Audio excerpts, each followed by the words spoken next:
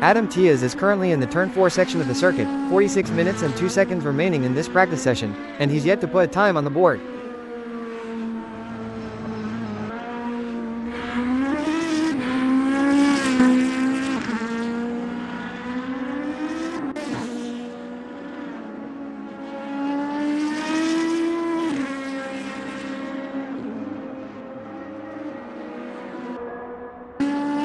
Joel Lemrick also out on track, still waiting for him to register a lap time, with 45 minutes and 33 seconds left in practice.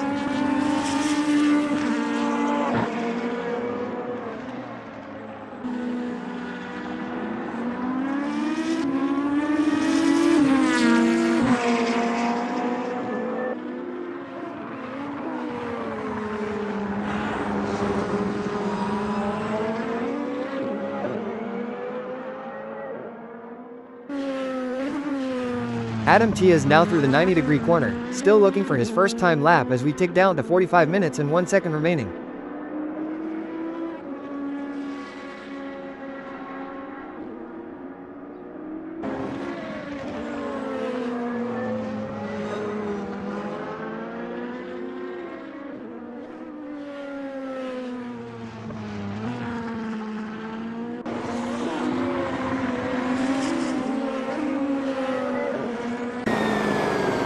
Jareth Hallam, currently P5 with a 141.688, making his way through turn 1, 44 minutes and 29 seconds left in practice.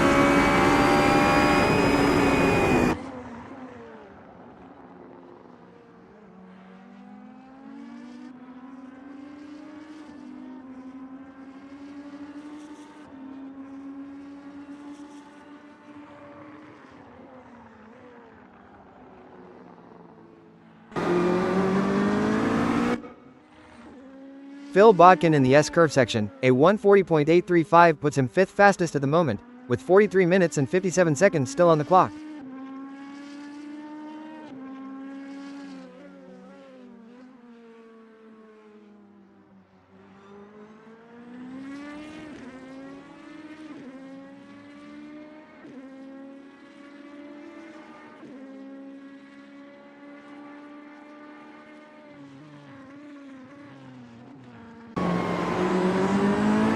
Jareth Hallam now through the hairpin curve, he's P7 with a 141.688, 43 minutes and 25 seconds of practice remaining. That hairpin can make or break a lap, especially when you're trying to find those last tenths early in the session.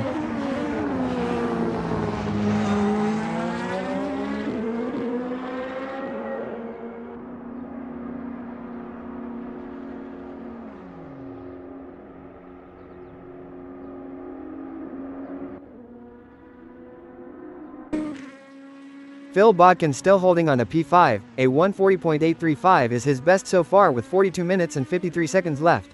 Keeping it consistent in these early runs is key. You don't want to be making big changes this early.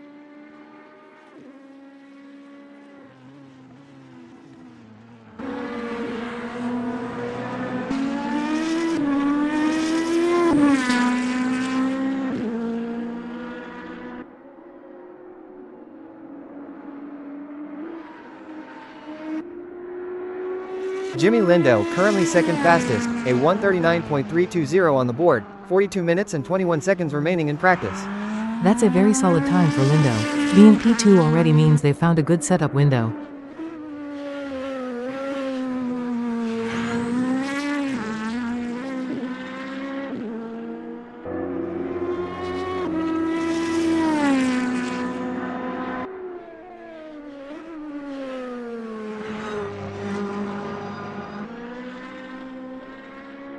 Thomas Kruger Dorado, yet to register a lap time, is currently navigating turn 4 with 41 minutes and 49 seconds left in this session. He'll be looking to get the tires up to temperature and feel out the car's balance through that corner before pushing for a flying lap.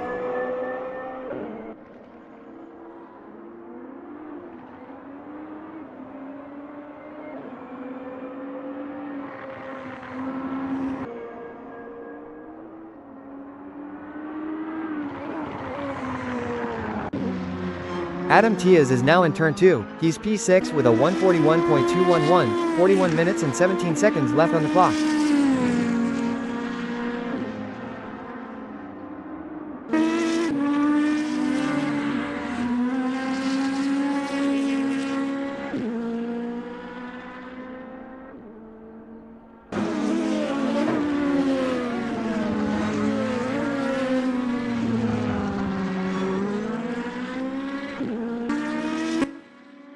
Phil Bodkin is currently in the thrilling 130R section, P6 with his 140.835, 40 minutes and 45 seconds still to go.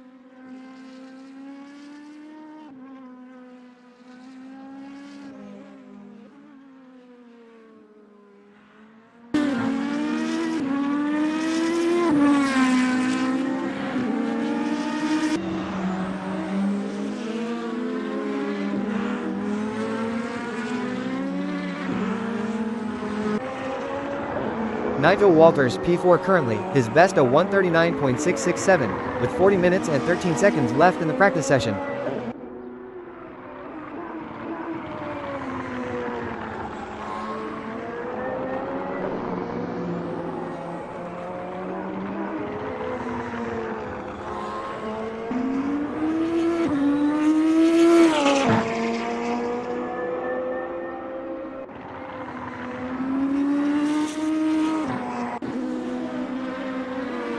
Phil Bodkin is in turn 1, still P6 with a 140.835, 39 minutes and 41 seconds remaining. Turn 1 is always a good test of a car's initial braking and turning stability, especially on cold tires.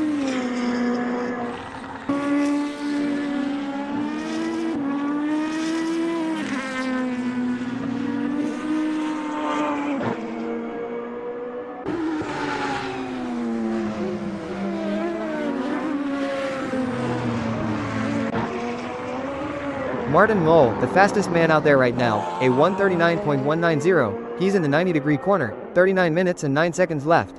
He's really found his rhythm early. Being quickest and still out there means they're confident in their package already.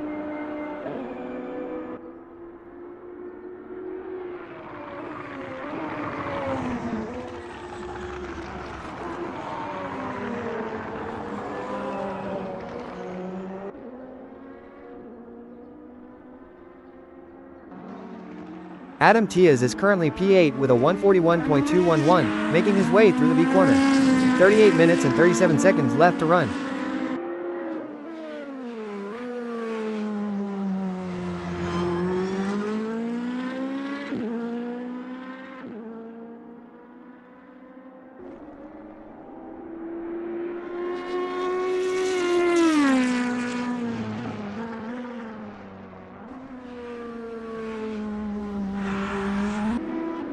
Jareth Hallam, P10 with his 141.688, as we continue this practice session with 38 minutes and 5 seconds remaining.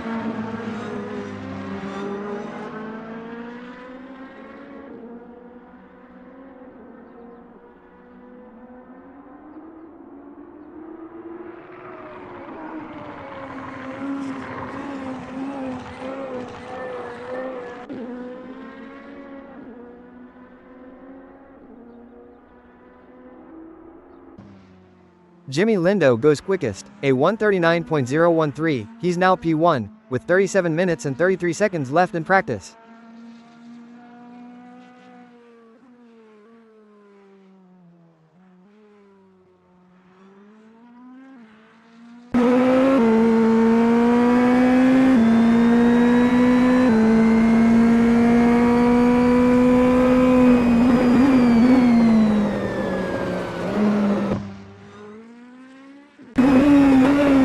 Adam Tias, in turn 3, holding P8 with a 141.211, 37 minutes and 1 second remaining.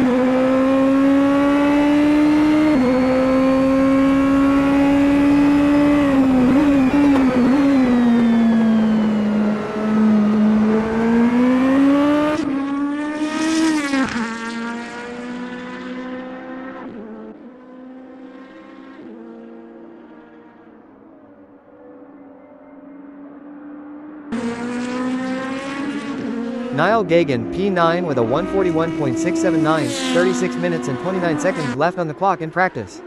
He'll be looking to shave off a few tenths here. The car looked a bit loose on exit of the last corner on his previous lap.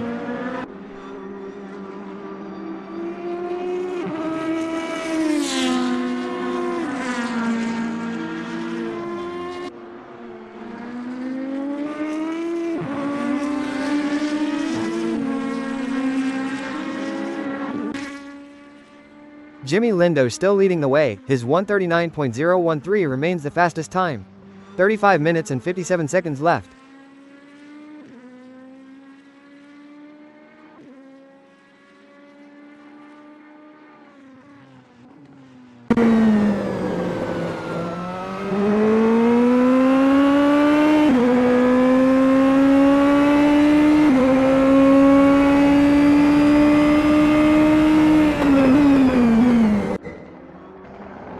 Nigel Walters, currently P4 with a 139.667, navigating the 90-degree corner. 35 minutes and 24 seconds to go. That 90-degree corner always feels longer than it looks on the diagram.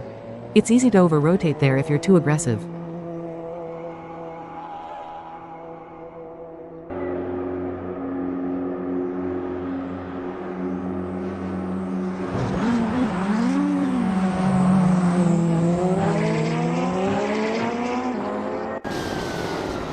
Thomas Kruger Dorado has now put a time on the board, a 140.262, putting him into P5. 34 minutes and 52 seconds left. That's a strong opening statement from Kruger Dorado. To be P5 on your first timed lap shows good pace straight out of the box.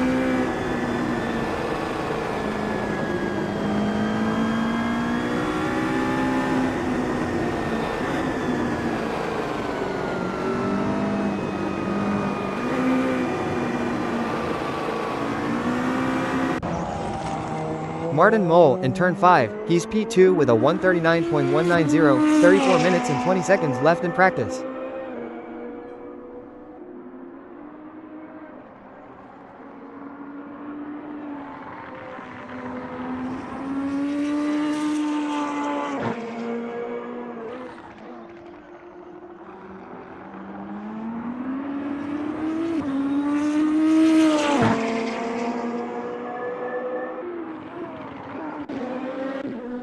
Nigel Walters through turn 2, holding P4 with a 139.667. 33 minutes and 48 seconds remaining.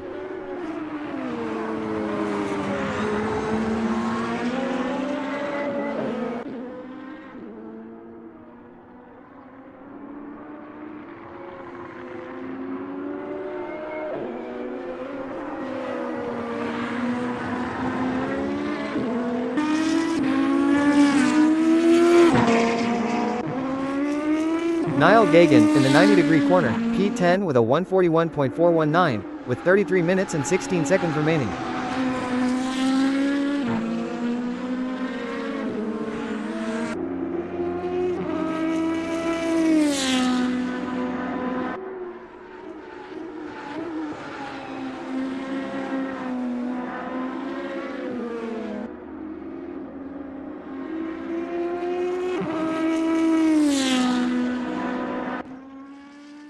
David Constable Barry still hasn't registered a time, with 32 minutes and 44 seconds left in practice.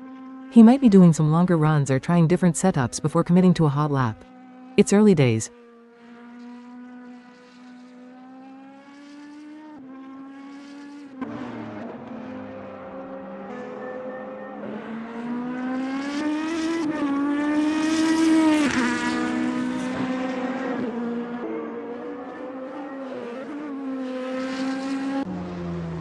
Martin Mole still P2, his 139.190 holding strong. We've got 32 minutes and 12 seconds left. He's consistent. Sometimes it's better to be consistently quick than to pull out one flyer and then struggle.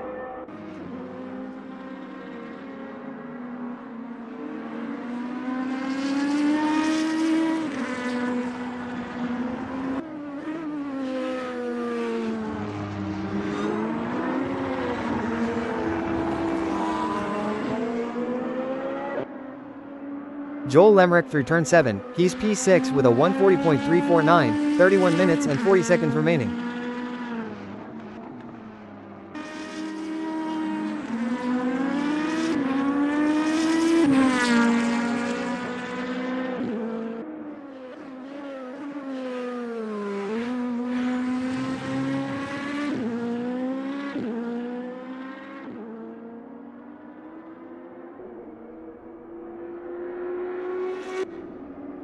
Philip Kunz is P3, a 139.391 on the board, 31 minutes and 8 seconds left in this practice session. Kunz is looking good. That's a strong time for third place, showing some real intent.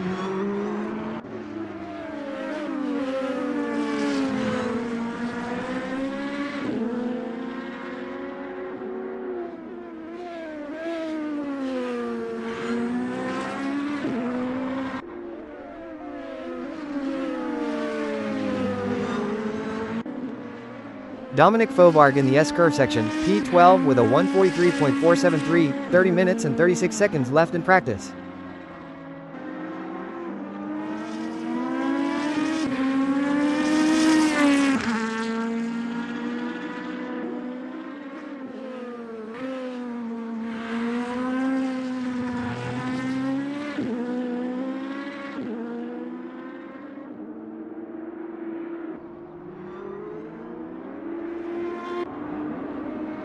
David Constable Barry still without a time, currently in victory corner, 30 minutes and 4 seconds left. He's taking his time, getting a good feel for the track and the car's behavior through the faster sections like Victory Corner. It's a good place to test stability. Jimmy Lindo continues to lead the way, his 139.013 still the benchmark. 29 minutes and 49 seconds left.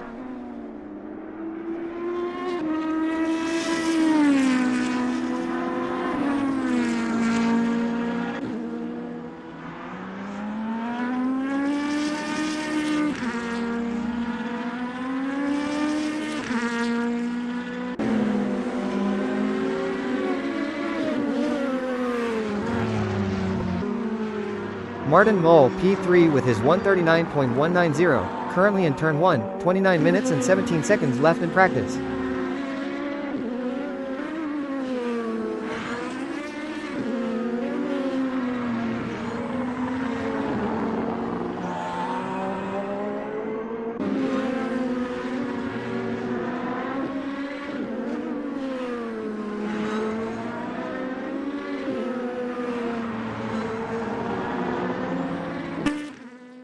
Jimmy Lindo, P1, still holding that fastest time of 139.013.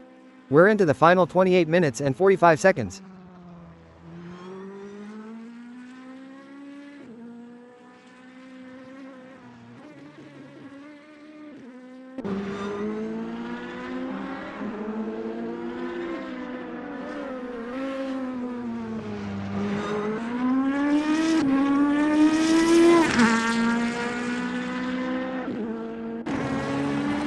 David Constable Barry has now set a time, a 141.704 puts him P12. He's in the hairpin curve, 28 minutes and 13 seconds left.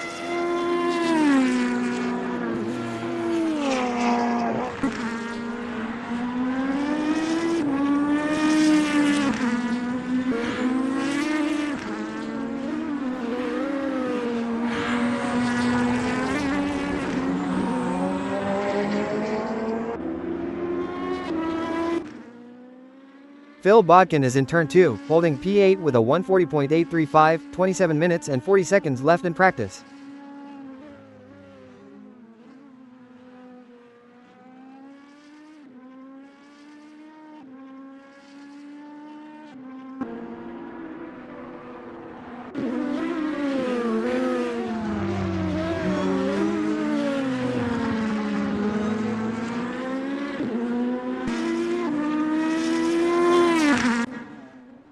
Elliot Norton is through the 90-degree corner, yet to register a lap time. 27 minutes and 8 seconds left. He's really taking his time getting the feel for it. Maybe some setup changes in the garage delayed his initial outlap.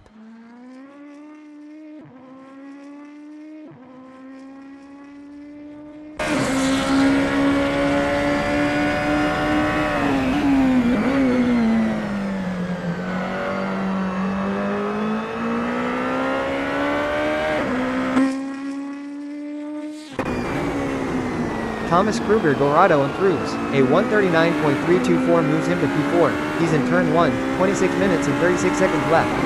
That's a significant improvement. He's found some real pace there and pushed himself up the order.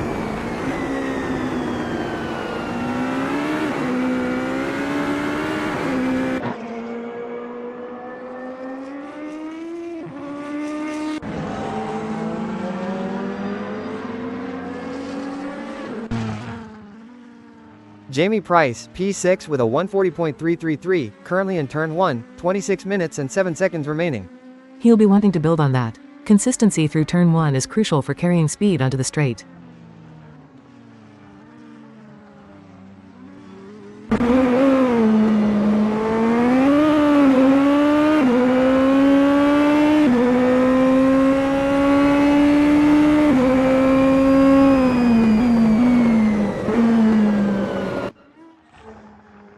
Nigel Walters P5 with a 139.667, he's in the S-curve. 25 minutes and 35 seconds to go. That S-curve can really highlight any instability in the car. It's fast, flowing, and requires a lot of commitment.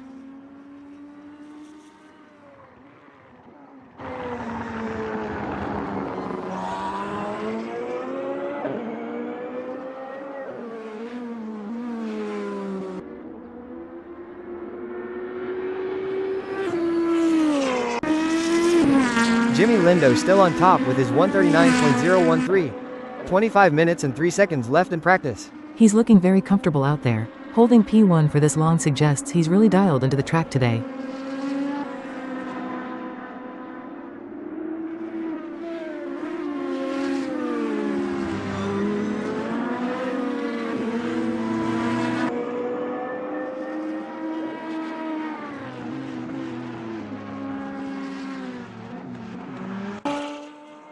Nigel Walters remains P5, his best lap a 139.667. 24 minutes and 31 seconds left in practice.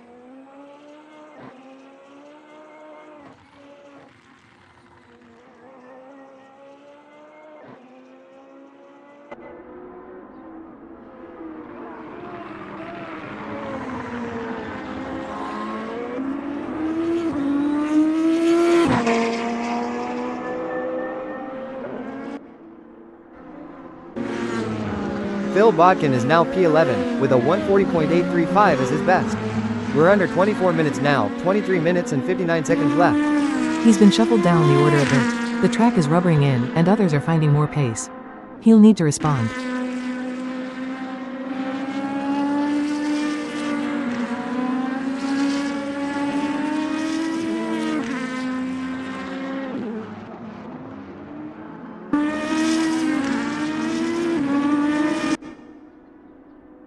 David Constable Barry improves dramatically. A 140.176 puts him P6. He's in turn 4, 23 minutes and 27 seconds left. There's the pace. I mentioned he was taking his time, and it's paid off. That's a huge jump up the leaderboard.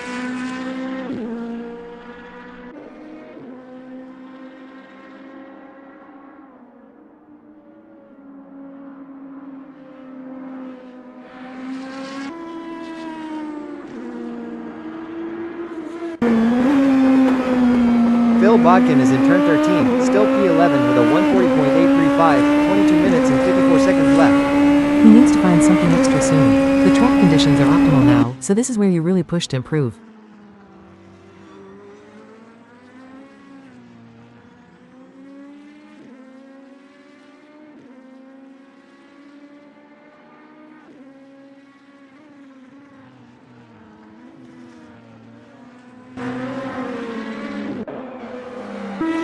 Thomas Kruger Dorado, in turn 2, holding P4 with a 139.324, 22 minutes and 22 seconds remaining. Dominic Fovarg improves his time to a 141.928, now P15, with 22 minutes and 12 seconds left. Every little bit helps. He's chipping away at it, which is exactly what you need to do in practice.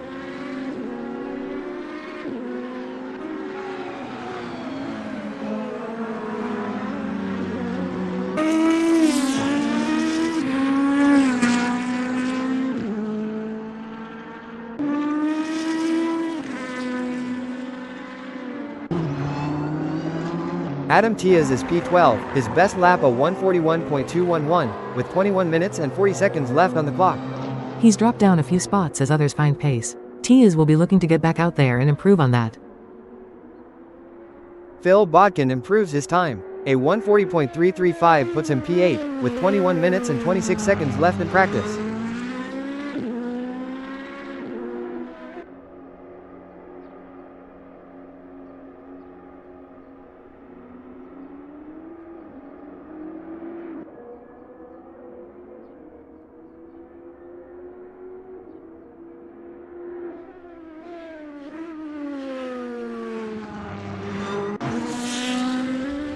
Dominic Fovarg remains P15 with his 141.928. 20 minutes and 55 seconds left in the session. He's consistent, but to move up, he needs to find a bit more in the next few laps. The midfield is incredibly tight.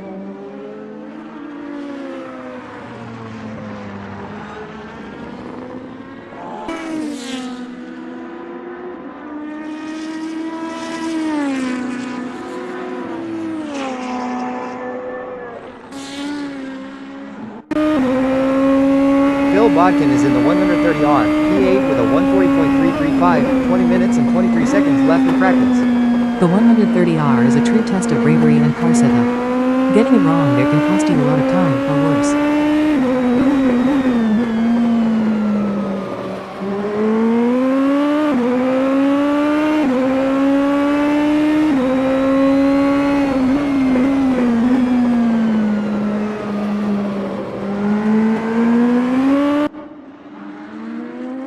Elliot Norton has set a time, a 140.400, putting him P10. He's in the V corner, 19 minutes and 51 seconds left. Good to see Norton finally putting a lap on the board. That's a decent first effort, putting him straight into the top 10.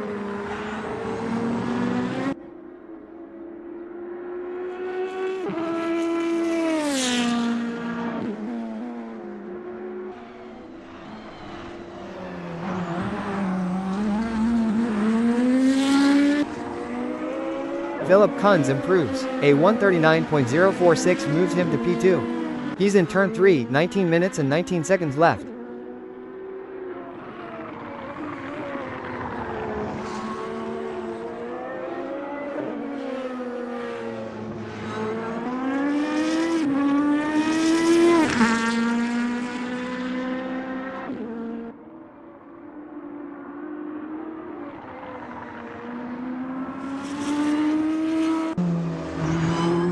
Jimmy Lindo, P1, still with that 139.013. He's navigating victory corner, 18 minutes and 47 seconds left.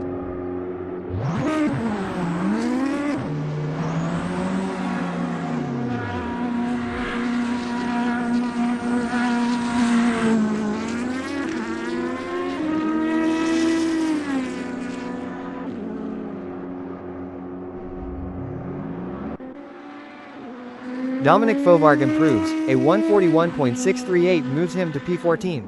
He's in the 130R, 18 minutes and 18 seconds remaining. He's finding his feet, slowly but surely. Getting the confidence to really attack that 130R is key for lap time.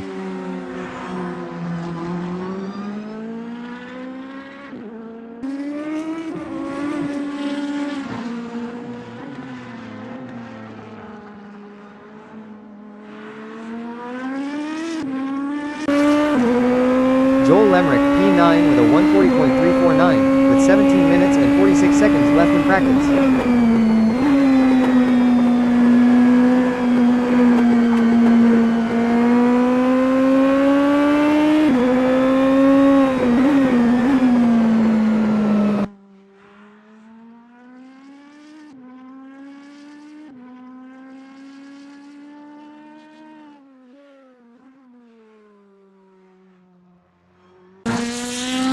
Niall Gagan improves to a 140.480, putting him P11. He's in the S-curve, 17 minutes and 14 seconds left.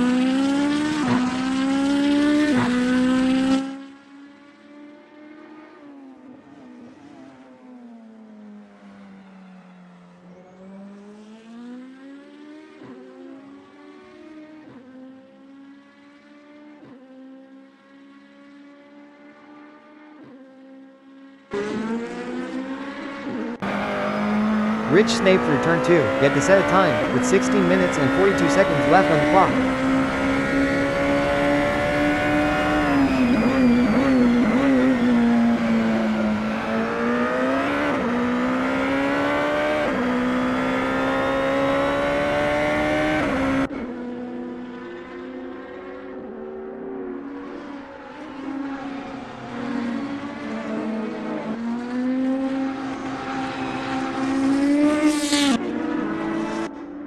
Neil Constable Barry in turn 1, still no lap time for him.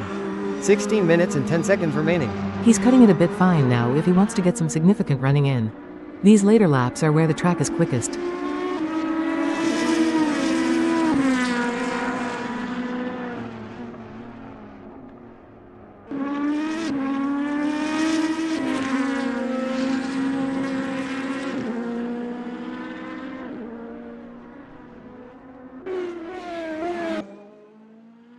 Elliot Norton improves his time to a 140.202, now P8. He's in turn 2, 15 minutes and 38 seconds left. There's that extra pace. Moving into the top 8 is a good indicator of where he stands in this session.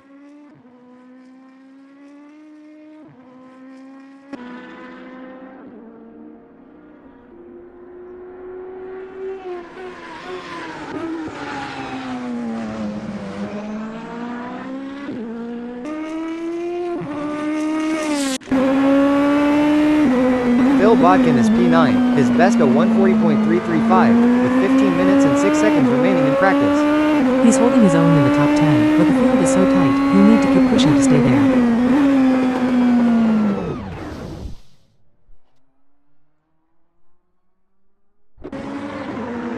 Dominic Fovarg in turn 3, P14 with a 141.638, 14 minutes and 45 seconds remaining.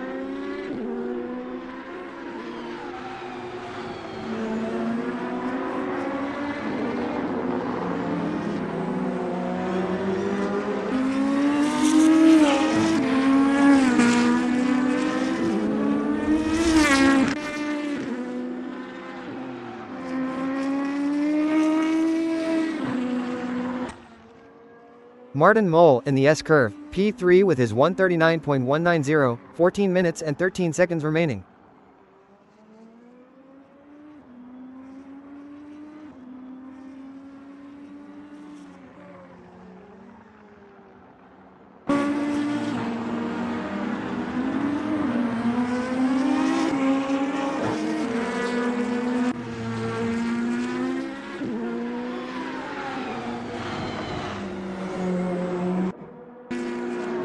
Nigel Walters P6 with a 139.667, 13 minutes and 41 seconds left in practice.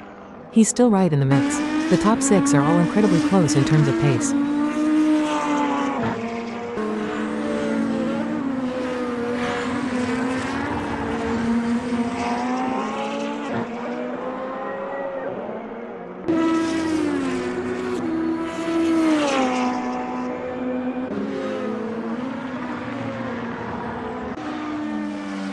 Elliot Norton breaks into the 139s. A 139.995 puts him P7, he's in the V corner, 13 minutes and 9 seconds left. That's excellent from Norton. To find that much time this late in practice shows they've made some positive changes.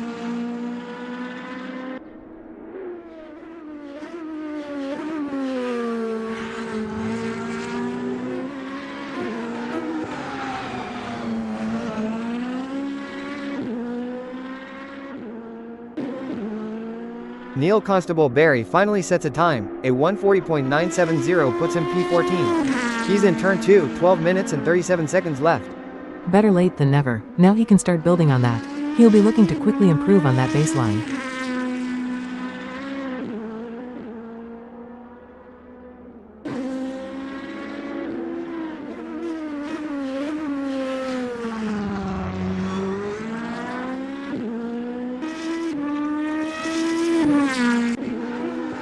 Rich Snape now on the board, a 139.995 puts him P8. He's in the 90-degree corner, 12 minutes and 5 seconds left.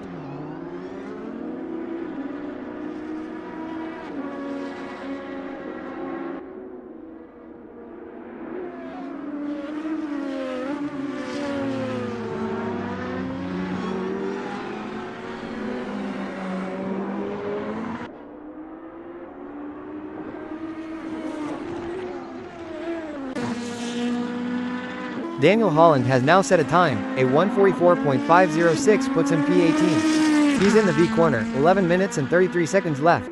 He's got a lot of work to do there. That's quite a way off the pace, but it's a starting point.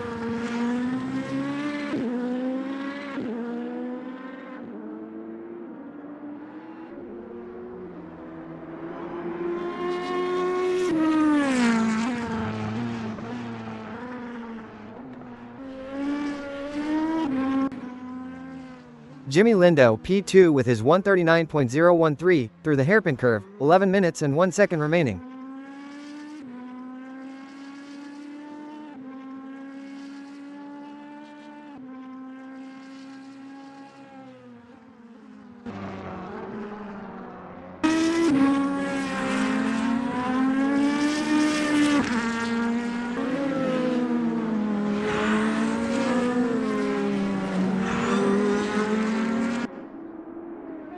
Maximilian Turbin yet to set a lap time. We're now under 11 minutes, 10 minutes and 29 seconds left.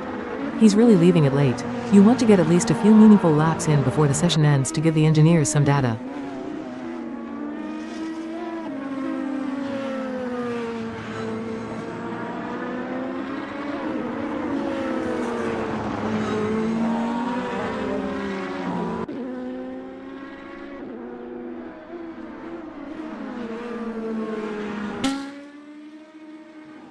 Elliot Norton continues to improve. A 139.308 puts him P4. He's in turn 1, 9 minutes and 57 seconds remaining.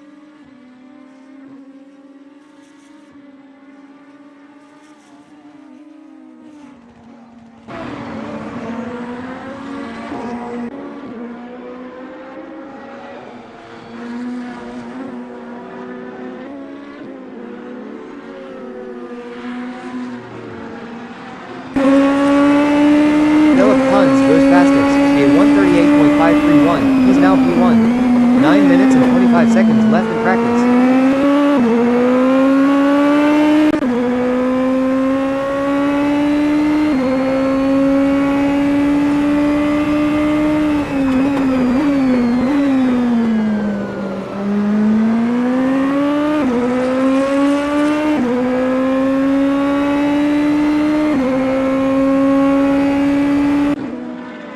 Rich Snape improves to a 139.641, moving him to P8. 8 minutes and 53 seconds remaining.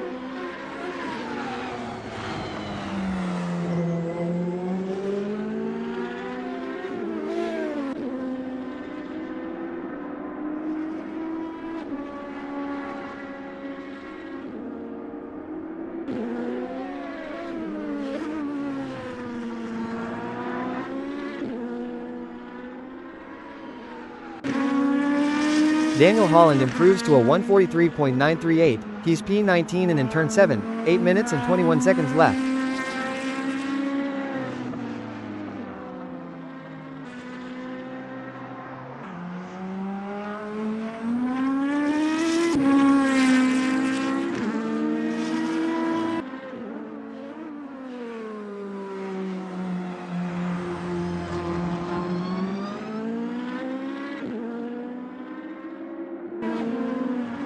Dominic Fovarg improves to a 141.288, now P18. He's in the hairpin curve, 7 minutes and 49 seconds left.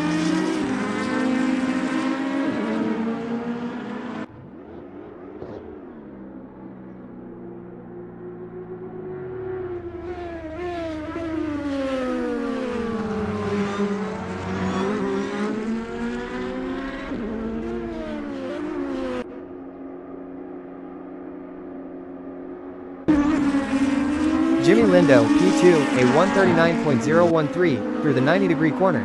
7 minutes and 17 seconds left.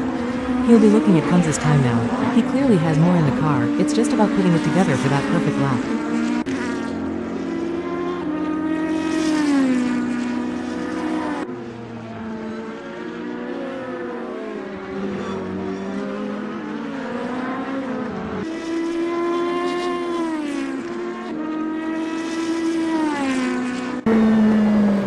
Daniel Holland in turn 1, P19 with a 143.938. 6 minutes and 45 seconds remaining.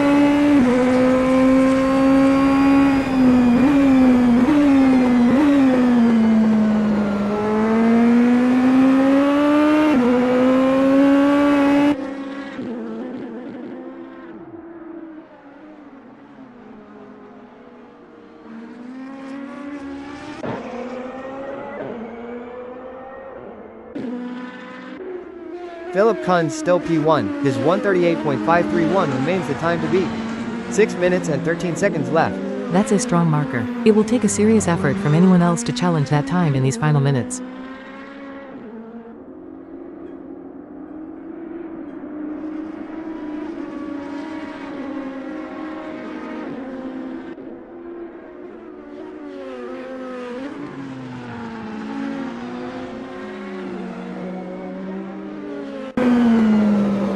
Phil Bodkin is in the B corner, P15 with a 140.335, 5 minutes and 41 seconds remaining.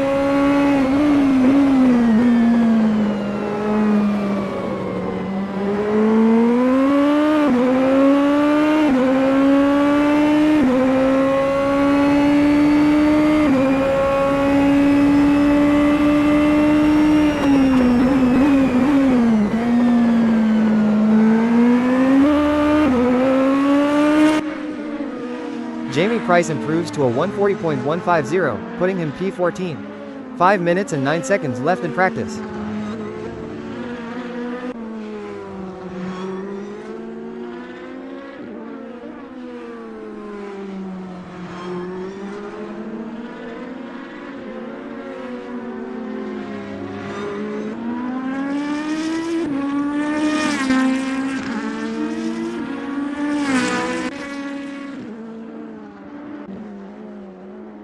Niall Gagan through the 90-degree corner, P16 with a 140.480. 4 minutes and 37 seconds left.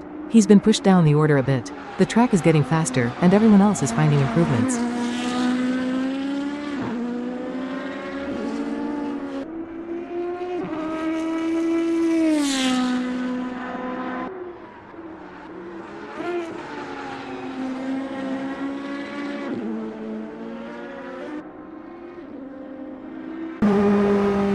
Adam Tias, P17 with a 141.211, 4 minutes and 5 seconds remaining in this practice session.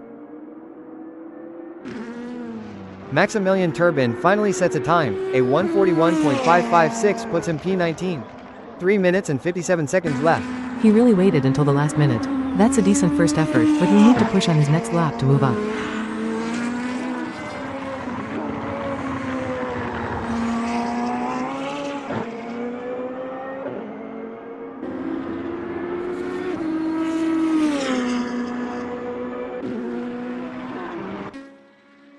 Joel Lemrick improves his time to a 139.697, now P11, with 3 minutes and 26 seconds left.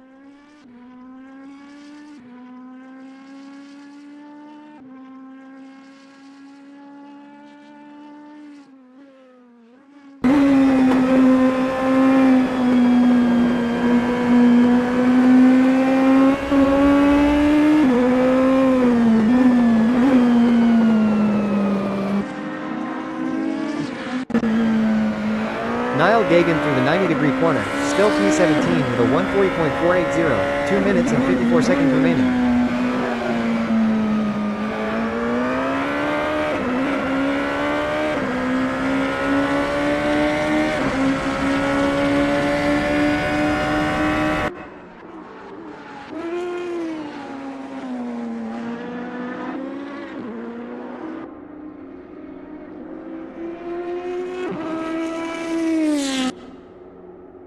Joel Lemrick in turn 13, P11 with a 139.697. 2 minutes and 22 seconds remaining in practice. He's consistent, but with such little time left, he needs a perfect lap if he wants to break into that top 10.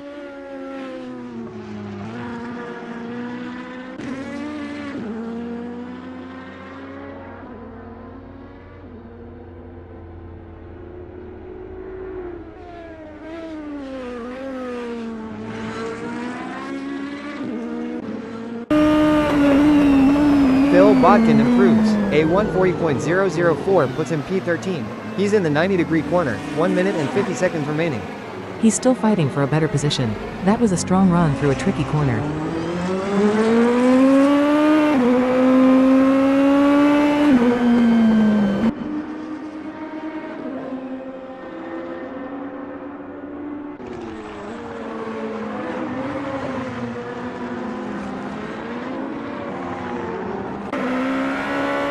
Elliot Norton in turn 4, P6 with his 139.308, 1 minute and 18 seconds remaining in practice.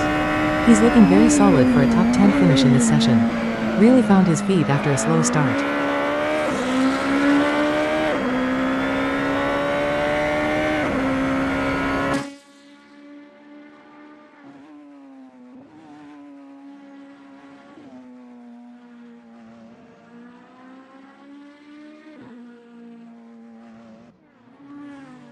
David Constable Barry improves dramatically. A 139.368 puts him P8. He's in the hairpin curve, 46 seconds left. What a lap. He's pulled that out of nowhere right at the end. That could be a crucial confidence boost.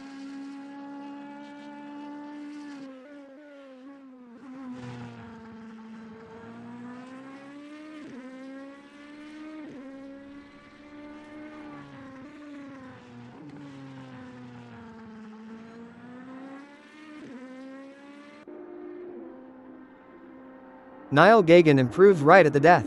A 139.529, putting him P11, with just 14 seconds left. He's made that count. That's a great effort to find that time so late, pushing him right up the order.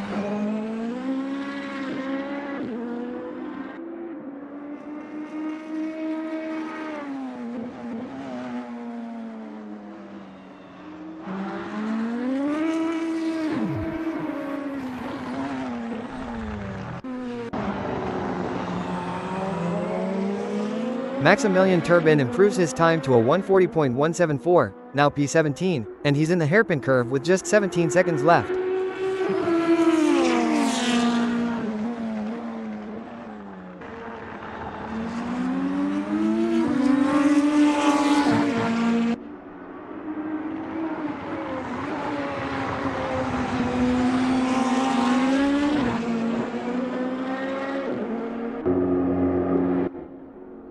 Rich Snape is P12 with his 139.641, with 49 seconds left on the clock in practice. Adam Tias improves to a 140.838, putting him P18, with 58 seconds left in the session. He's finding a bit of pace, but it's very late now. Every improvement at this stage counts though.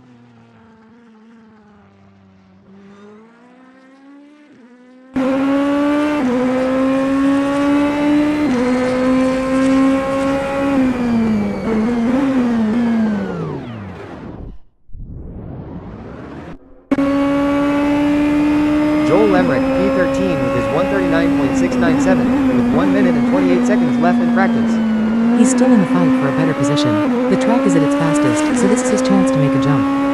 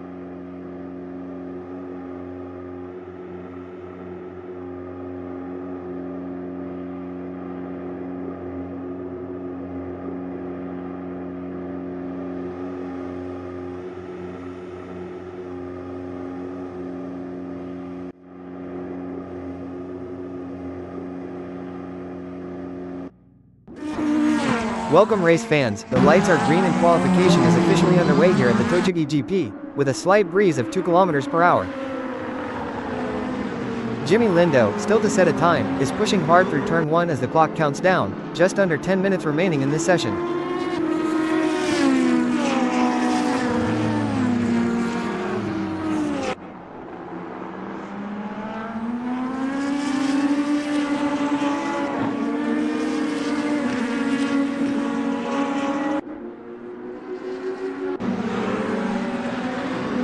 Jamie Price is now on track, navigating turn 3, still looking to put a time on the board with 9 minutes and 20 seconds remaining. Turn 3 at Motegi is deceptive. It really tests how much grip you have at the front end, crucial for carrying speed into the next section.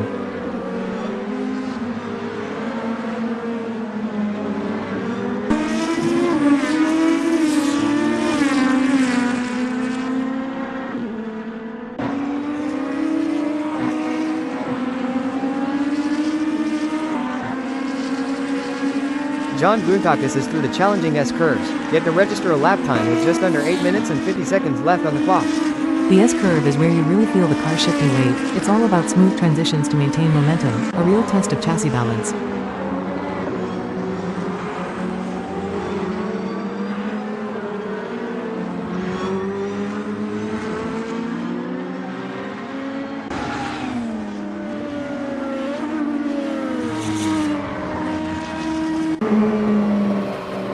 Neil Constable Barry is making his way through the hairpin curve, needing to put in a quick lap soon as we're down to just over 8 minutes remaining.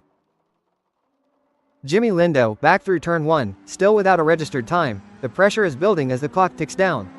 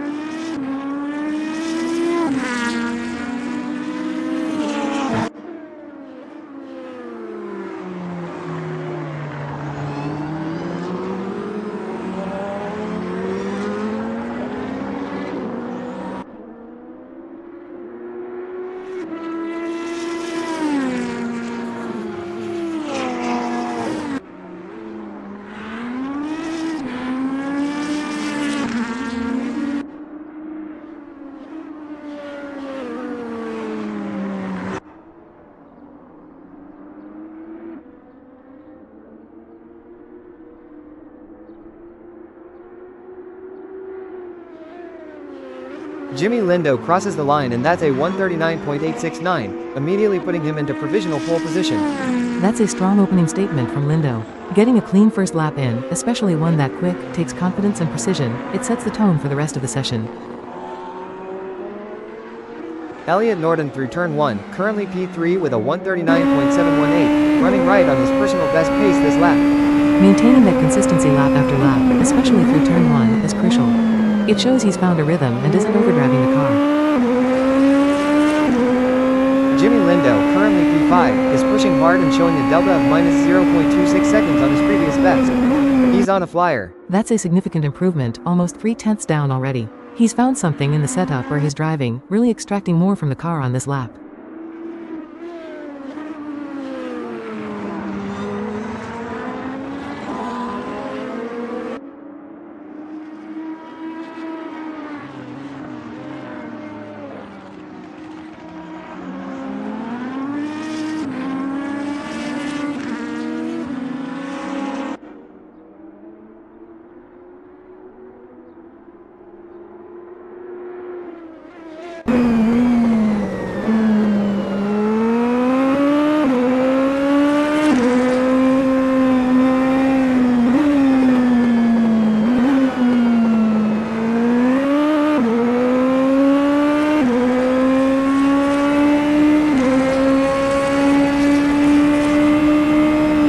Jimmy Lindo flashes across the line, a 139.291, shaving almost 6/10 off his previous best and reclaiming provisional pole. David Constable Barry is flying. He's through turn 13 and an incredible half a second up on his personal best, looking to jump up the order from P13. David Constable Barry improves his time, a 139.755, rocketing him up into 6th position. That's a fantastic improvement. When you find that kind of time in the mid-session, it means you've dialed in the car or simply found a better rhythm, especially impressive to gain nearly 7/10. Jamie Price is running on pace through turn 1, currently holding P9 with just over 4 minutes remaining in the session. Neil Constable Barry is on a charge. He's over half a second up on his personal best, looking to escape the lower reaches of the grid from P17. Jareth Hallam is making a serious push, currently P10, and he's more than half a second faster than his best time. This late in qualifying, finding over half a second suggests a real commitment. He's probably pushing the limits everywhere, especially trying to maximize exit speed onto the main straight. Maximilian Turbin, currently P12, is looking strong through the hairpin curve, 4/10 up on his previous best time. Carrying speed through the hairpin is tricky, it's where you commit for the run down the next straight. Being 4/10 up at this point means he's executed it perfectly. Philip Kunz, holding P3, is on a hot lap. He's over 2/10 quicker than his best time so far. This is where the pressure really mounts. A couple of tenths could mean pole or a significant grid gain. It's all about extracting that last bit of performance without making a mistake. Elliot Norton is absolutely flying. He's through turn 13 and an incredible half a second up on his personal best, looking to climb higher from P5. Finding that much time this late in the lap, especially through the technical sector, shows he's got excellent traction out of the corners. A strong finish could be a game changer for his grid position. Neil Constable Barry is absolutely on fire. He's through the 90 degrees corner and an astounding 0.63 seconds faster than his best, trying to escape P15. To find over 6/10 by the 90 degrees corner is a truly exceptional effort. That's a huge improvement, showing a perfect execution of the braking and power delivery required there.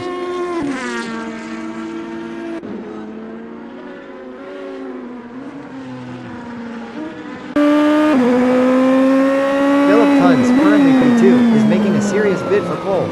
He's through the S curves, an impressive 4/10 up on his best time.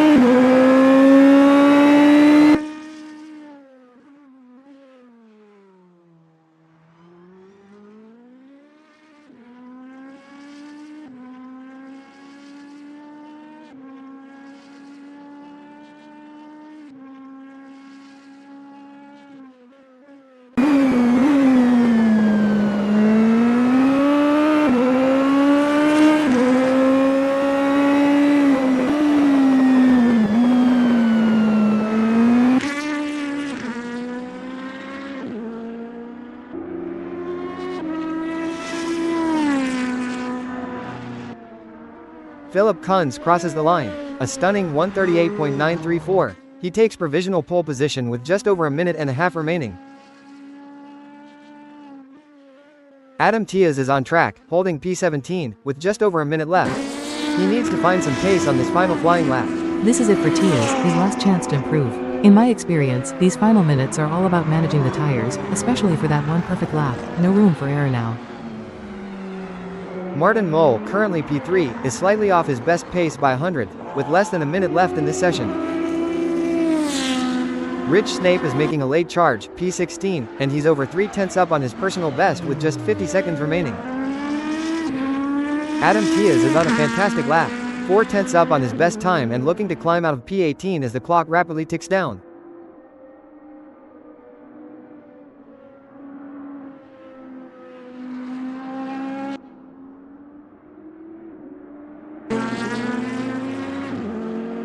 Dominic Fauvard, currently P19, is looking for a late improvement. He's through Victory Corner and 2/10 up on his best with just 24 seconds left. Victory Corner is a make or break part of the lap when you're pushing for time. 2/10 up at this stage means he's carried speed perfectly and is on for a significant improvement, but it's all or nothing now. Adam Tiaz is still out there, 4/10 up on his best, but with only 3 seconds left, it's going to be incredibly tight to cross the line. This is the ultimate nail-biter. He needs to nail every corner, every apex, and just hope he can get across the finish line before the checkered flag drops. The pressure is immense.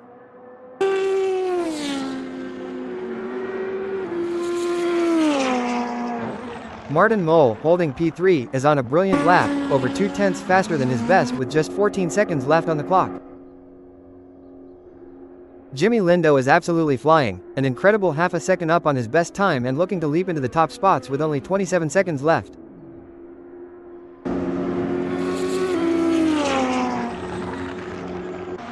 Martin Mull, currently holding P4, is on a fantastic lap, almost 3/10 up on his best time with just 38 seconds left on the clock. Finding that kind of time so late in the session is incredible.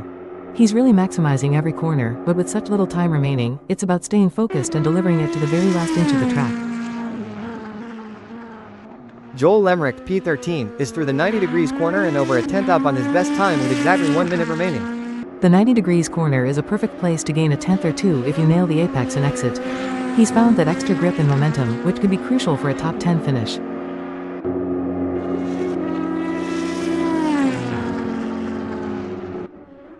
Joel Lemerick crosses the line, a 139.776, an improvement that moves him up to P12. Every hundredth counts, especially in the final moments. To find that extra pace and move up a position, even a small one, shows he's pushing hard when it matters. Elliot Norton is through turn 4, but that's a massive delta, 30 seconds off his best time. Clearly not a flying lap for him. That will be a cool down lap for Norton, just taking a breather, maybe preparing for one final push. You don't want to overheat the tires or engine before your last attempt in qualifying.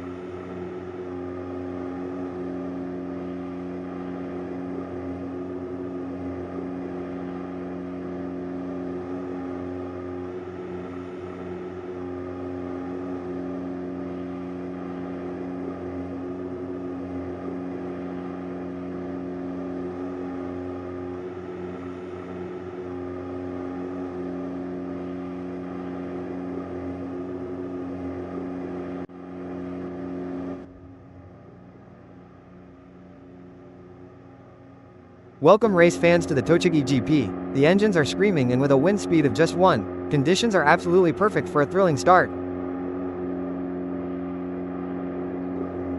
On pole position, it's Jimmy Lindo for not known, driving the JT5 Shiro 2021, a strong class contender. Starting from the front always gives you the best view, but the pressure is immense to convert that pole into an early lead. Further back on the grid in third, it's Philipp Kuntz, representing Germany, another driver in the JT5 Shiro 2021, and he's a pro-class racer. Third position is a great place to be. You're close enough to attack the front, but you also have a good view of any chaos up ahead into turn 1. I always liked starting in the second row. Down in fifth, it's Nigel Walters from the United Kingdom, piloting the JT5 Moyota 2021, an M-class driver looking for a strong start. Fifth can be a tricky spot in the pack, right in the thick of it. Getting through the first lap cleanly will be crucial for him to make progress. Right behind him in sixth, Niall Gagan from Ireland in the JT5 SNX 2021, another M-class hopeful ready to challenge. Gareth Hallam from the United Kingdom starts in seventh, driving the JT5 Moyota 2021, a Pro-Am class driver who could surprise a few. Starting from 8th on the grid, it's Chris Stokes from England, in a JT5 Shiro 2021, a Pro-Am class driver. 8th is a good platform to launch an attack from. You're in a position to pick off anyone who makes a mistake ahead. And rounding out our top 10 starters, Elliot Norton from the United Kingdom, in the JT5 SNX 2021, a Pro-Am class competitor. Just outside the top 10, in 11th position, we find David Constable Barry from England, driving a JT5 Shiro 2021, another Pro-Am class driver. He'll be looking to make up ground quickly. Getting into the points from P11 requires aggression and smart decision-making in the opening laps. Joel Lemerick from the Netherlands is in 12th, another AM-class driver in a JT5 Shiro 2021. He's got a big job ahead, trying to navigate the traffic and make his way forward. This is where experience really counts, not just raw speed. In 14th, Neil Constable Barry from the United Kingdom, in the JT5 Shiro 2021, an M-class driver hoping to climb the ranks. And completing our rundown of the grid, Phil Bodkin from England, starting in 15th, in a JT5 Shiro 2021, an M-class driver. Jamie Price starts from P16 for not known, a Pro-Am class driver also in a JT5 Shiro 2021. And in 17th, it's Maximilian Turbin from England, in the JT5 Moyota 2021, a Pro-Am class contender. Adam Tias from England starts in 18th, an M-class driver in a JT5 Shiro 2021. And the lights are out, but it's a formation lap under the safety car to begin, giving everyone a chance to warm their tires.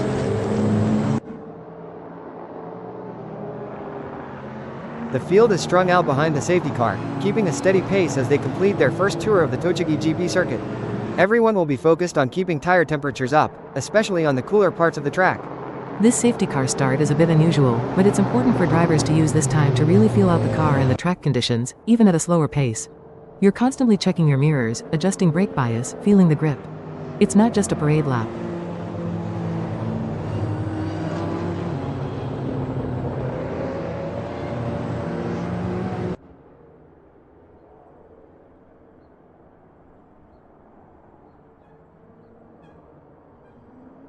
Still under safety car, the drivers are maintaining a consistent pace around the Tochigi circuit. The tension is building, everyone waiting for the call to peel into the pits and let the race properly begin. You're always trying to keep heat in the tires and brakes during these laps. You don't want to go green with cold rubber. This also gives drivers a final chance to map out their attack plan for turn 1, mentally rehearsing the opening moves.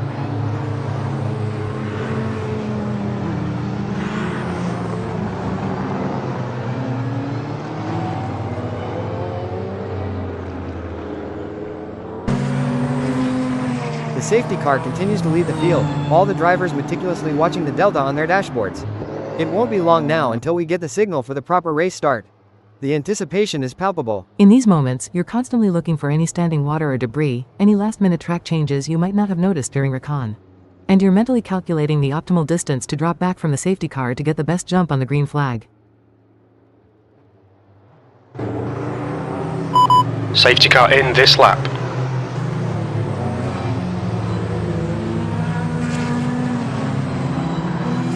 One last look at the circuit under safety car conditions, as the drivers navigate the final sectors of the formation lap. The energy is definitely rising here at Motegi. We're almost ready for the green flag.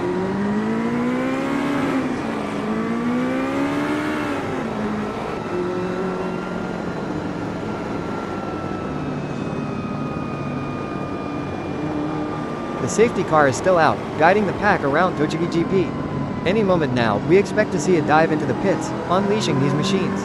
You're just waiting for that moment, getting your hands warmed up, mentally preparing for the explosion of power. The timing of the restart is everything. Getting that perfect run at the green flag can make Get ready, safety car's clear.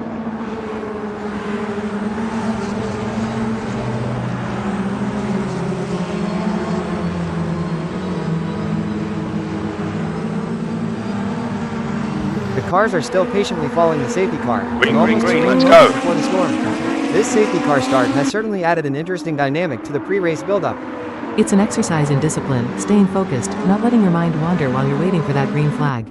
Every driver out there knows how crucial the first few corners are going to be, especially after a rolling start like this. And the lights are out. We are officially underway at the Motegi GP, a thunderous roar as the field surges forward. This is it, the absolute adrenaline rush. Everyone fighting for position into turn 1, no prisoners taken. Jimmy Lindo holds onto the lead through the first corner, a fantastic start from pole. And Martin Mole, who we haven't seen on the grid rundown, is right there in second, just a tenth of a second behind. Lindo did a great job to defend, but Mole is putting immediate pressure on. That's a brave move from Mole to challenge so early, showing he means business. Switching our attention to David Constable Barry, running in 11th position on lap 1. He's just 0.2 seconds behind John Boontakis in 10th, trying to break into the points. This early in the race, every 10th counts. He'll be trying to use any slipstream he can find to close that small gap and make a move. Jareth Hallam is currently in 8th place, navigating the hairpin curve, with Elliot Norton breathing down his neck, just a tenth behind.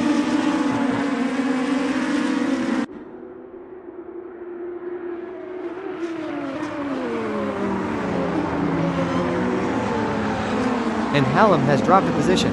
Elliot Norton has squeezed past and is now in 8th, with literally no gap between them. Back with David Constable Barry, still in 11th, still hunting John Boontakis for that 10th spot, the gap remaining a very slim 0.1 seconds. He's keeping the pressure on, just waiting for the smallest mistake from Boontakis. This is a battle of patience and precision. Huge change for David Constable Barry. He's gained a spot and is now in 10th. And it looks like John Boontakis has dropped way back to 14th. Something clearly happened to Boontakis there, perhaps a lock-up or a moment off track. Constable Barry capitalized beautifully to jump ahead. Now with John Boontakis in 14th, at turn 2, Rich Snape is close behind in 15th, just 0.8 seconds separating them on lap 2.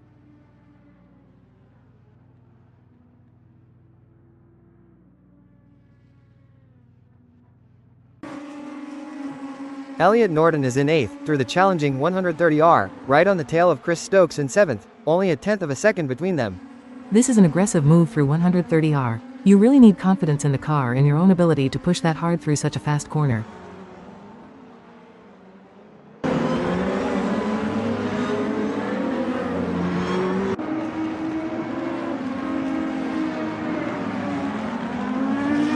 Norton is still in 8th, but the gap to Chris Stokes in 7th has now grown to 0.4 seconds. Stokes has managed to pull away slightly. Stokes must have gotten a great exit out of the next corner. Those few tenths can make all the difference when you're trying to break the toe. Neil Constable Barry in 18th, navigating B corner on lap 2, trying to catch Dominic Fauvard in 17th, who is half a second ahead. Jimmy Lindo continues to lead the Motegi GP, and what a gap he's built on lap 2, now 2.6 seconds ahead of Martin Mole. That's a fantastic effort from Lindo. He's really put the hammer down in these opening laps, trying to break the toe and establish a comfortable lead. Unbelievable, Jimmy Lindo, who was leading so comfortably, has dropped all the way back to 11th. Martin Mole is now in the lead, with an 11.1 second advantage. Something major must have happened to Lindo. A spin, a moment off track, he's lost a huge amount of time there. This completely changes the race dynamic. Adam Tias is in 18th on lap 3, with Neil Constable Barry just 0.4 seconds behind in 19th. A tight battle at the back.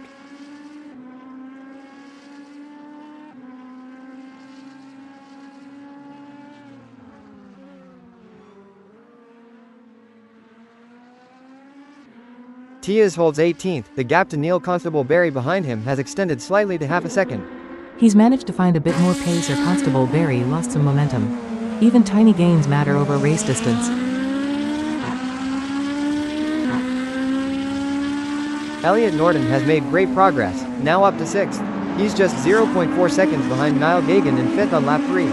Norton is really showing some strong pace now. He's been consistently quick and is closing in on a potential top 5 spot.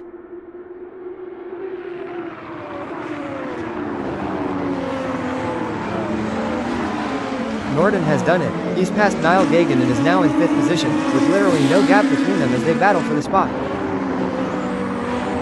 Niall Gagan is now in 6th, with Elliot Norton just a tenth of a second ahead in 5th. That battle is far from over.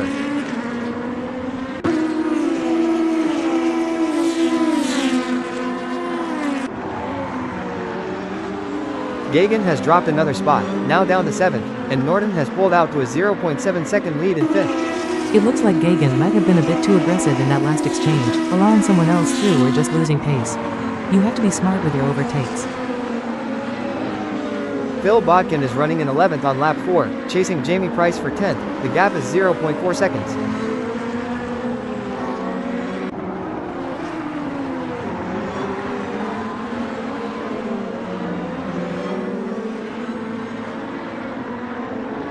Botkin remains in 11th, and the gap to Jamie Price in 10th has slightly widened to half a second. He's still in touching distance, but he needs to find that extra tenth or 2 per lap to really challenge. Price is doing a good job defending the position. Elliot Norton continues his charge, now in 5th, just 0.2 seconds behind Nigel Walters for 4th place.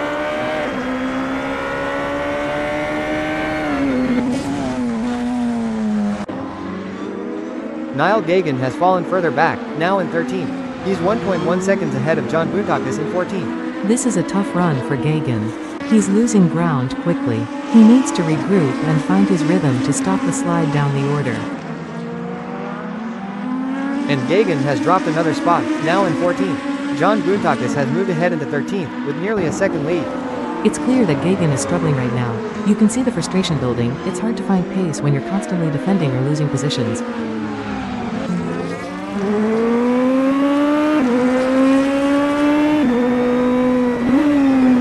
What a race we've had so far, completely unpredictable with that swing in the lead, Lindo's drop and Wool's ascent. It just goes to show you that no lead is safe. One small error, a lock-up or an off-track moment, and you can lose everything you've built. And we're seeing some real battles heating up throughout the field, not just at the front.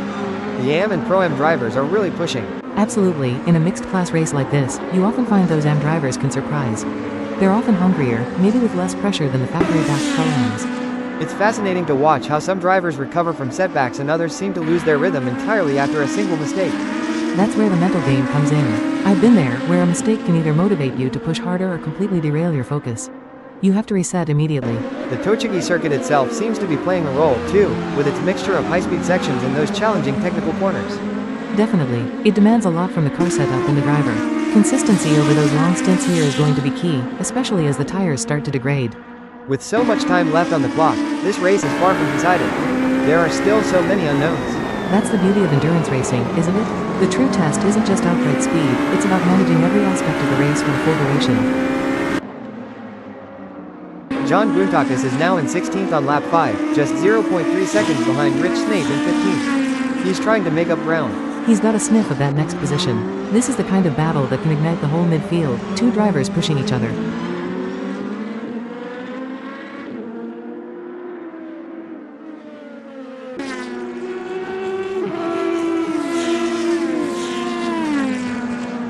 Boontakis is still in 16th, but the gap to Rich Snape in 15th has now stretched to 0.9 seconds. Snape has found some pace.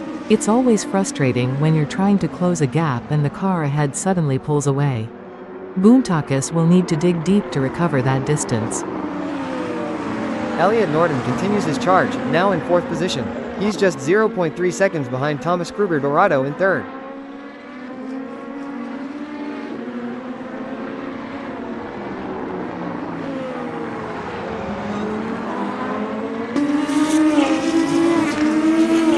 Norton holds 4th place, maintaining that 0.3 second gap to Thomas Kruger Dorado in 3rd. He's relentless. He's keeping the pressure on, not letting Kruger Dorado relax. You can almost feel the tension building in that battle for the podium. Rich Snape is in 15th on lap 6, just 0.3 seconds behind Joel Lemrick in 14th. Another tight midfield battle.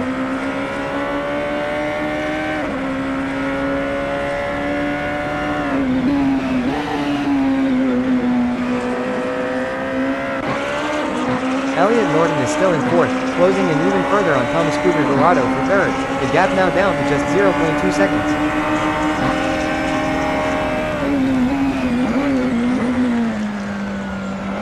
He's done it. Elliot Norton has snatched 3rd position from Thomas Kruger Dorado. Absolutely no daylight between them.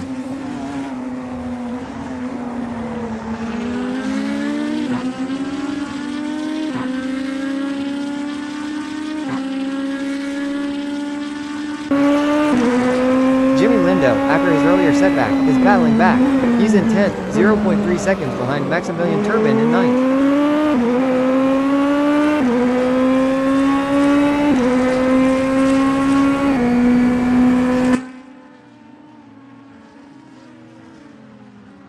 Lindo is still in 10th, but Turbin has managed to extend his lead slightly to half a second. The fight for 9th continues. Lindo needs to find that extra gear if he wants to get back into the top 9. Every 10th matters when you're trying to gain positions. Chris Stokes is in 12th on lap 7, half a second behind Phil Bodkin in 11th, trying to break into the top 11.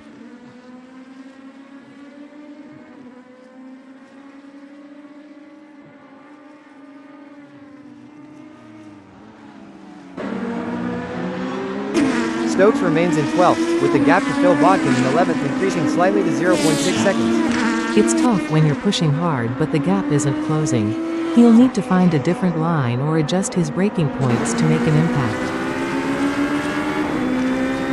Maximilian Turbin is in 9th on lap 7, just 0.2 seconds behind Jamie Price in 8th. That's a very close fight.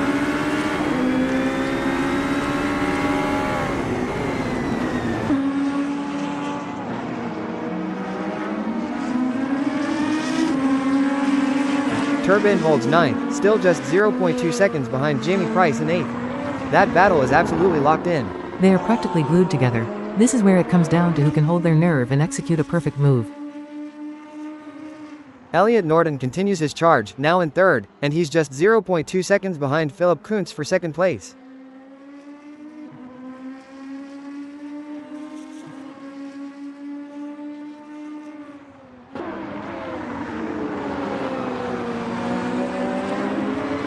Norton holds his 3rd place, still only 0.2 seconds off Philip Kuntz in 2nd. He's got the pace. He's really found his rhythm, just chipping away at the lead. This is an incredible recovery drive if he can make it to 2nd. Maximilian Turbin has dropped to 10th, with Jimmy Lindo now ahead in 9th by just a 10th of a second.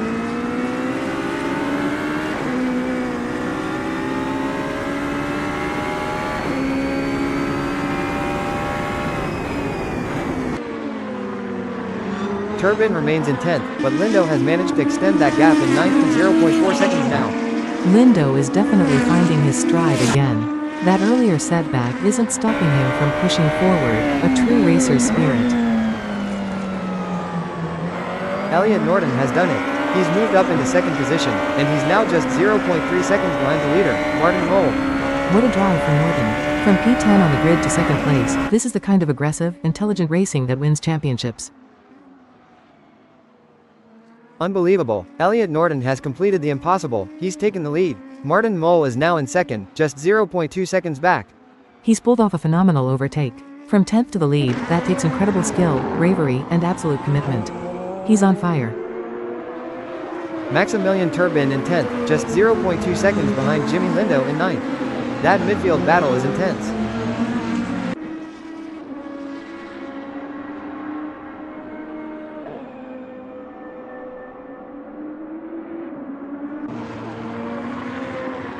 Turbin remains in 10th, but Lindo has pulled away significantly, now a 1.2 second lead in 8th. Lindo has clearly found some clean air and put the hammer down. That's a strong recovery from him after that earlier incident. Joel Lemrick in 13th, coming through turn 2 on lap 9, half a second behind Niall Gagan in 12th. He's got to try and close that gap in the braking zone or find a strong exit here. Every corner is an opportunity.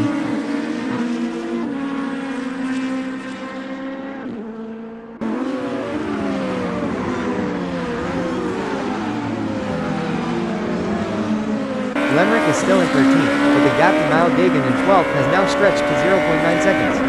It's proving difficult for Lemrick to make inroads. Gagan must be driving a very tidy line to keep that distance.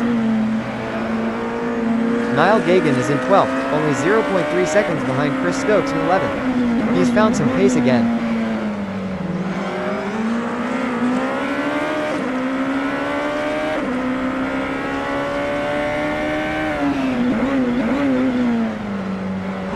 Gagan holds 12th, but the gap to Chris Stokes in 11th has grown to half a second.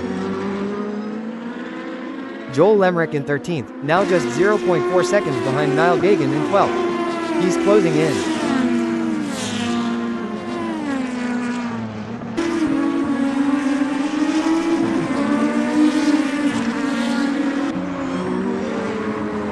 Lemrick continues to close, now just 0.3 seconds behind Niall Gagan in 12th. This is getting very tight.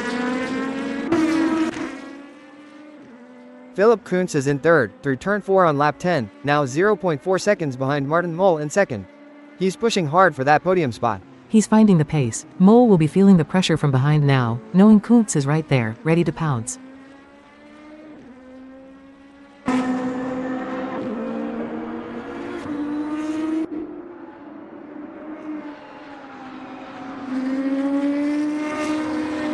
Kuntz remains in third, the gap to Martin Mole in second still at 0.4 seconds. A consistent battle for that position. This kind of consistency at the front is what wins races. Both drivers are matching each other's pace, neither giving an inch. Rich Snape is in 14th on lap 10, half a second behind Joel Lemrick in 13th. He's trying to close that gap.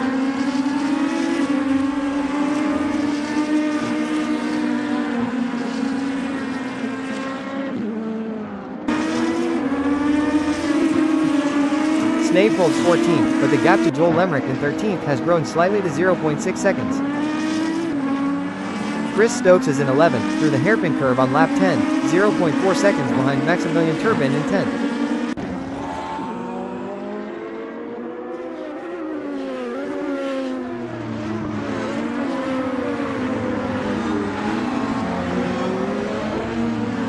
Stokes remains in 11th, but that gap to Maximilian Turbin in 10th has widened to 0.7 seconds.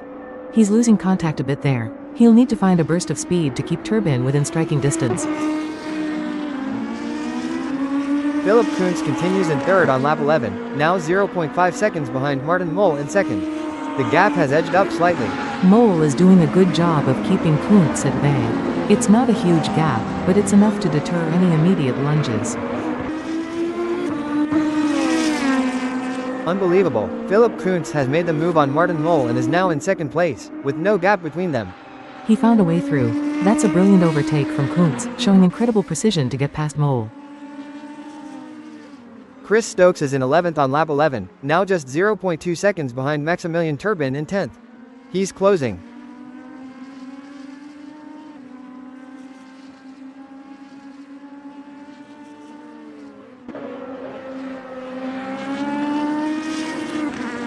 Stokes remains in 11th, the gap to Maximilian Turbin in 10th has edged up to 0.3 seconds. He's still right there though. He's probing, looking for a weakness. It's about patience and capitalizing on even the smallest error from the car ahead.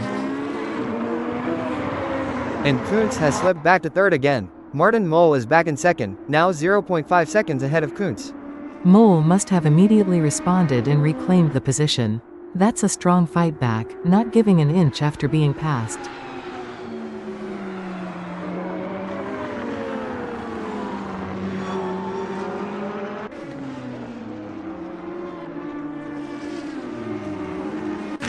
Kuntz remains in third, but he's closing again. The gap to Martin Mole in second is now down to 0.3 seconds. This is an incredible back-and-forth battle for second place. Neither driver wants to give up an inch, absolute wheel-to-wheel racing. Chris Stokes has dropped to 14th. He's just 0.3 seconds ahead of John Boudakis in 15th. He's definitely lost some positions there. You can't afford to be off your game for even a moment in this field.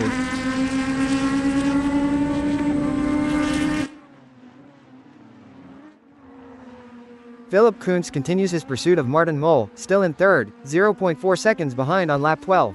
This battle for second is becoming a true highlight of the race. They're constantly trading blows, albeit indirectly.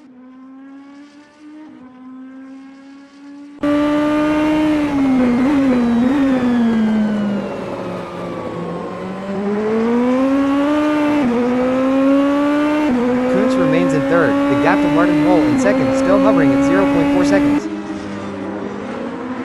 Maximilian Turbin is in 10th on lap 12, 0.4 seconds behind Jamie Price in 9th. He's trying to close up to the top 9.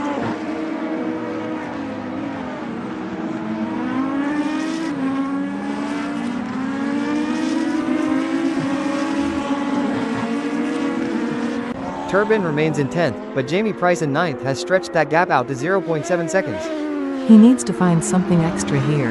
That's a decent gap to try and overcome, especially with only a few laps left. Chris Stokes in 14th, coming through the 90 degrees corner on lap 12, 0.4 seconds behind Rich Snape in 13th. Stokes has made the move. He's now in 13th, just edging out Rich Snape, who is now in 14th. He got a fantastic run through that corner. That's a good move to reclaim a position in the closing stages.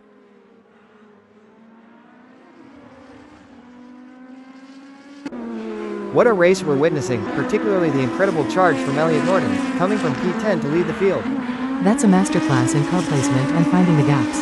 When you're in the zone like that, it feels like the car is an extension of yourself, absolutely flying.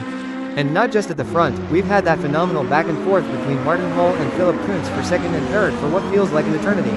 That's where the mental toughness really shows. You're constantly pushing, defending, attacking, knowing one tiny error could cost you. I've been in those nose-to-tail battles for lap after lap. It's amazing how much the order has shuffled throughout this race, even after just a few laps. No one can afford to relax.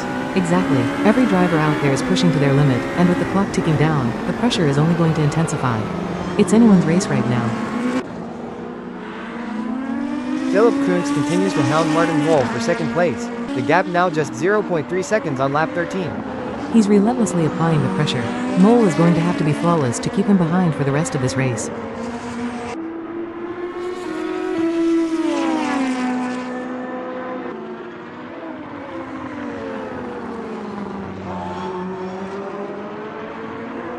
Kuntz remains in third, still right on the tail of Martin Moll for second, that 0.3 second gap holding steady.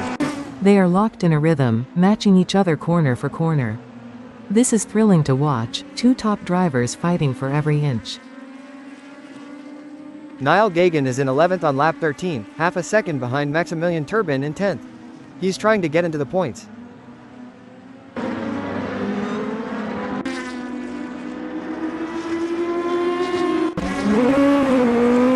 Chris Stokes holds 13th on lap 14, with John Boontakas right on his bumper in 14th, just a tenth of a second back. He's under serious pressure there. Boontakas will be looking for any opportunity to slip past, especially through the next braking zone.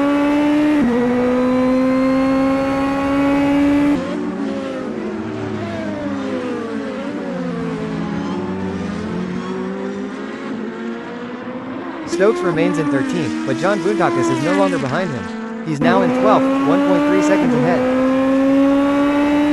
Philipp Kuntz continues to hold third, just 0.3 seconds behind Martin Moll in second on lap 14. This battle is going to the wire.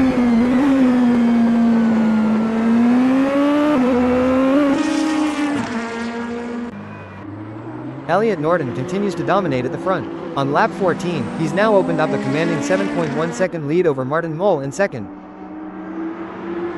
Leader Elliot Norton has pulled into the pits.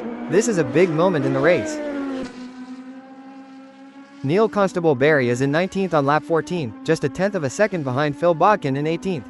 A very tight fight at the back. Every position matters, even in the lower half of the field. They're both pushing to find an advantage here. Constable Barry has gained a spot. He's now in 18th, with Phil Bodkin dropping behind to 19th by 0.3 seconds. He made that overtake stick. That's a well-executed move under pressure. Every position gained can boost confidence.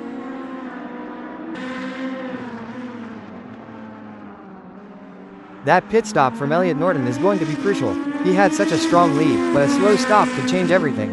Absolutely, you can build up a lead for 20 laps and lose it all in a 10-second pit stop. The pit crew has to be perfect under that pressure. I've seen it happen to me more times than I care to count.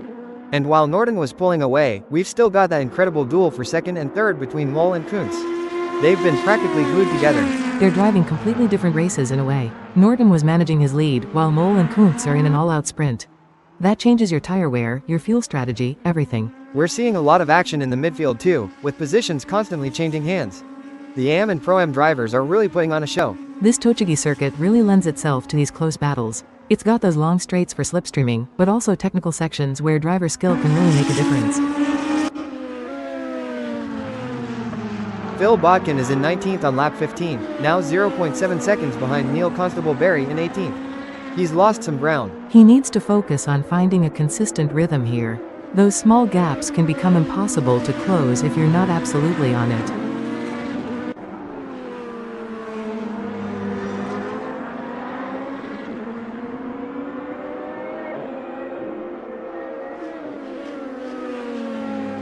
Bodkin remains in 19th. The gap to Neil Constable-Berry ahead of him has now dropped to 0.6 seconds. He's trying to reel him back in. He's finding a bit of pace, trying to prevent Constable-Berry from getting too far away. This kind of tenacity is important, even if it's for a lower position. Niall Gagan has climbed to 10th through turn 2 on lap 16. He's 0.6 seconds behind Jamie Price in 9th. He's made up some good ground there. Price will need to be careful not to let him get into the slipstream on the next straight.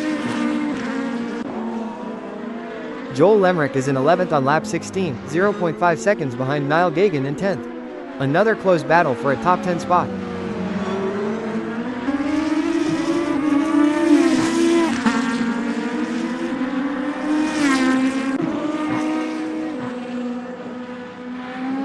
Lemrick holds 11th, still half a second behind Niall Gagan in 10th. They're locked in. They're trading fastest sectors, neither one able to quite break away. It's a classic cat and mouse game for that last points position. Phil Bodkin is still in 19th, now 0.4 seconds behind Neil Constable-Berry in 18th. He's closing in again.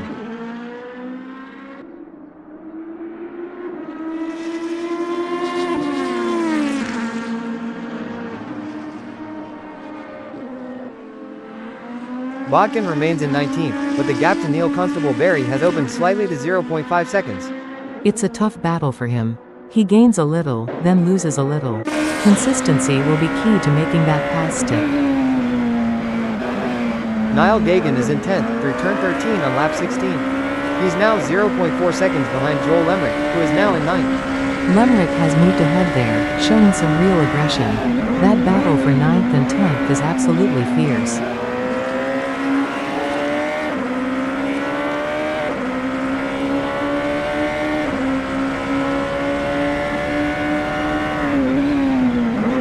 Gagan holds 10th, still 0.4 seconds behind Joel Lemrick in 9th. That gap isn't changing. Elliot Norton has rejoined the race in 7th after his pit stop, 0.5 seconds behind Jareth Hallam in 6th. He's got work to do.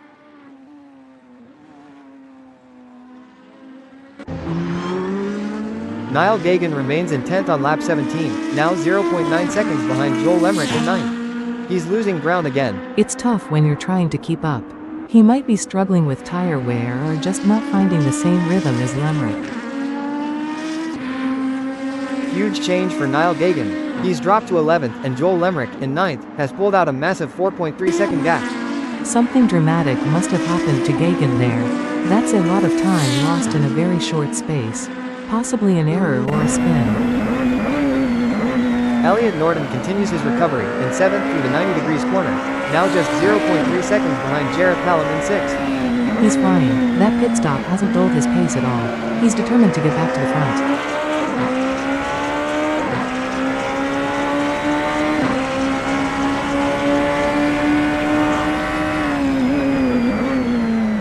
Norton makes the move. He's passed Jareth Hallam and is now in 6th place, with no gap between them. What a driver. He's not just gaining positions, he's absolutely tearing through the field after that pit stop. Incredible. John Boontakis is in 14th through victory corner on lap 17, 0.4 seconds behind Rich Snape in 13th.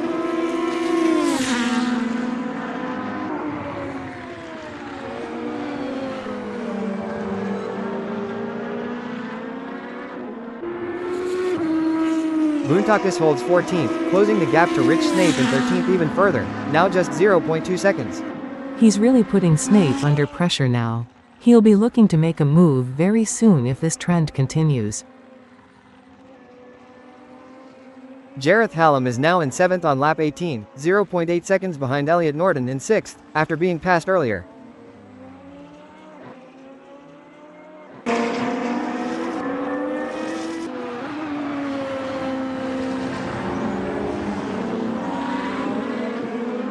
Hallam remains in 7th, but Norton has really pulled away, now 1.2 seconds clear in 6th. Norton is just in a league of his own out there today. He's absolutely flying, making up for that lost time in the pits. Elliot Norton continues his charge, now in 6th, just 0.6 seconds behind David Constable Barry in 5th. He's relentlessly hunting down every position. This is a phenomenal display of pace and determination.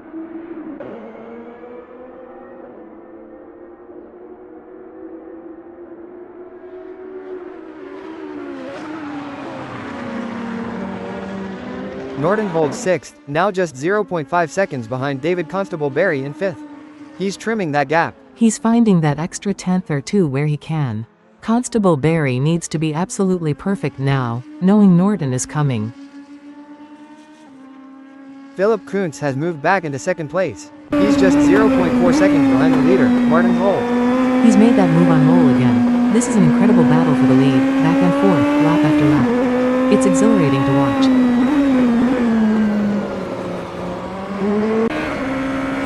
Elliot Norton continues to close, now in 6th and only 0.4 seconds behind David Constable Barry in 5th.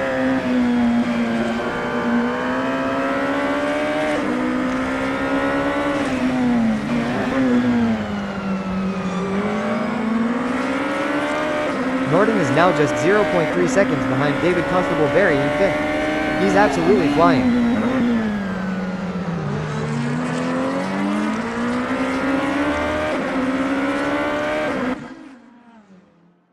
Philip Kuntz continues to hold 2nd, just 0.4 seconds behind leader Martin Mole on lap 19. He's keeping the pressure on Mole, not letting him get comfortable at the front. This race is far from decided.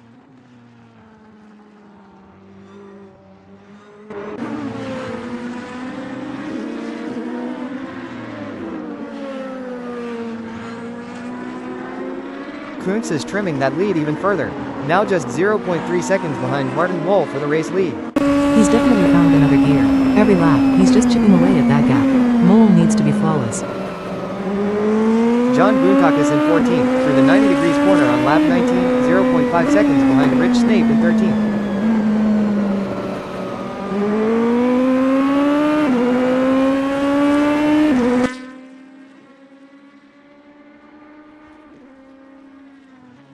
Boontakis holds 14th, the gap to Rich Snape in 13th remaining at 0.5 seconds. He's keeping him honest, but he'll need to really put the pedal down to make an overtake stick in these final minutes. Elliot Norton continues his remarkable recovery drive, now in 6th through 130R, just 0.2 seconds behind David Constable Barry for 5th. He is absolutely flying. Coming from the pits and making up this many positions, it's a testament to his sheer pace and determination.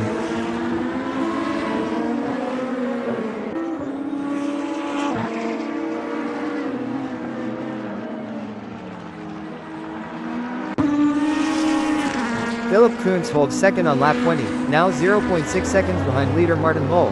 That gap has opened a little. Mole must have strung together a perfect sector there. He's trying to shake Kuntz off, but it's not going to be easy.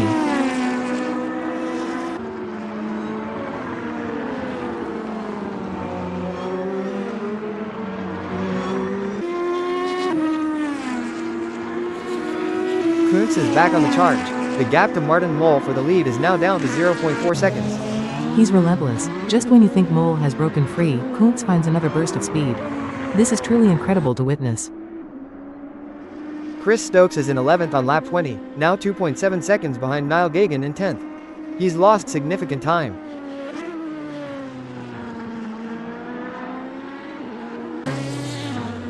John Boontakis is in 13th on lap 20, just 0.1 seconds ahead of Rich Snape in 14th. A very tight battle.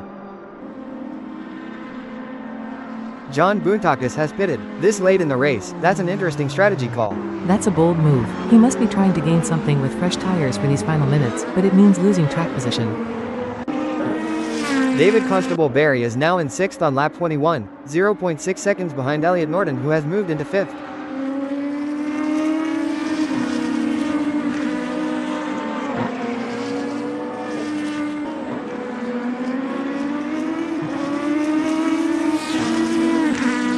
Constable Barry remains in 6th, but Norton has pulled out to a 0.9 second lead in 5th. Norton is just relentless. Every time he gets a clean run, he extends that gap. He's on a mission today. Philip Kuntz holds 2nd on lap 21, now 0.7 seconds behind leader Martin Mole. The gap has grown a little. Mole is finding a way to respond to Kuntz's pressure. He's managing this lead beautifully, keeping Kuntz just out of striking distance.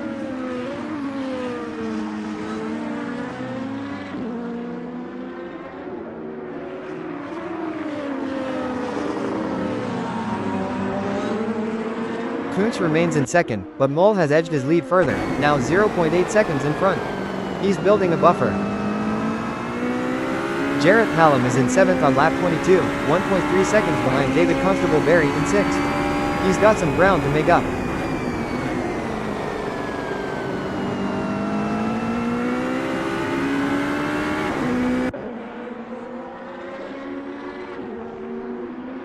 Hallam remains in 7th, trimming the gap to David Constable Barry in 6th slightly to 1.2 seconds.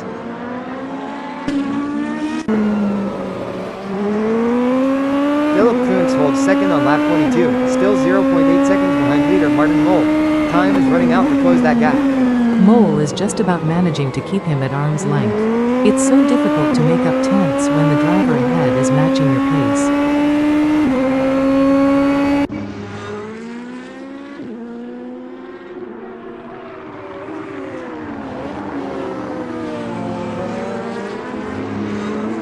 Kuntz is on a charge again. The gap to Martin Mole for the lead is now down to just 0.5 seconds. He's not giving up. This is a proper fight for the win. Mole needs to find something special in these final laps. Jareth Hallam is in 7th on lap 22, now 0.8 seconds behind David Constable Barry in 6th. He's found some more pace.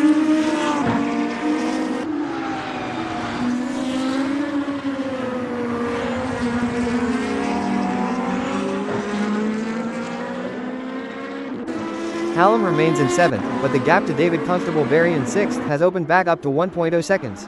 It's hard to hold that consistent pace when you're pushing this hard.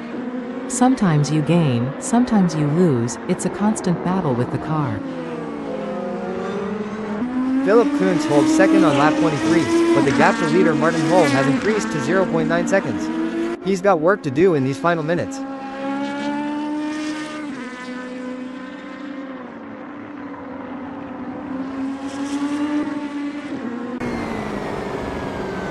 Jareth Hallam is in 7th on lap 23, now 0.7 seconds behind David Constable Barry in 6th. He's trimming that gap down.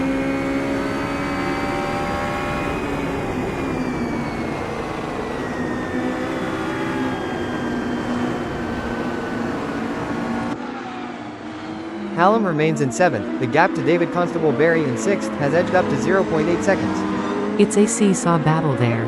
He's trying, but Constable Barry is holding him off incredibly well. Jimmy Lindo, after his earlier adventures, is now in 8th on lap 23, just 0.3 seconds behind Jareth Hallam in 7th. Lindo is certainly making a strong late race comeback. He's got fresh tires or just found incredible pace, making up position after position.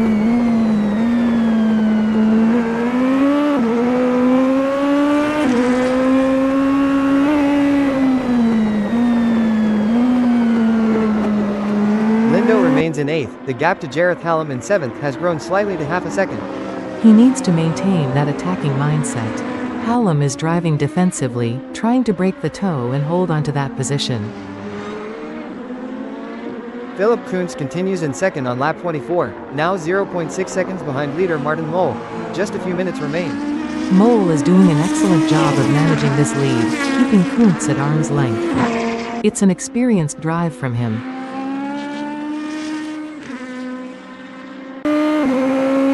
Jimmy Lindo is in 8th on lap 24, still half a second behind Jareth Hallam in 7th. That battle is going right to the wire.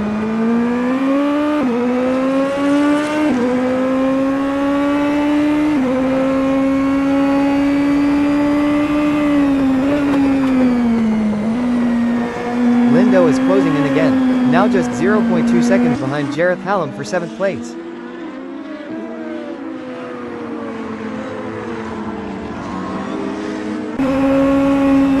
Kuntz is on fire. The gap to Martin Mole for the lead is now just 0.3 seconds on lap 24. He's absolutely pushing the limits.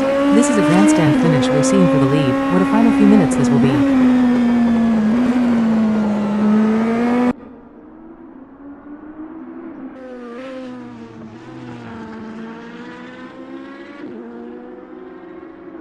The gap is shrinking even further. Kuntz is now just 0.2 seconds behind Martin Mole for the lead. What a finish we have on our hands. Mole and Kuntz are absolutely nose to tail for the lead as the minutes tick down.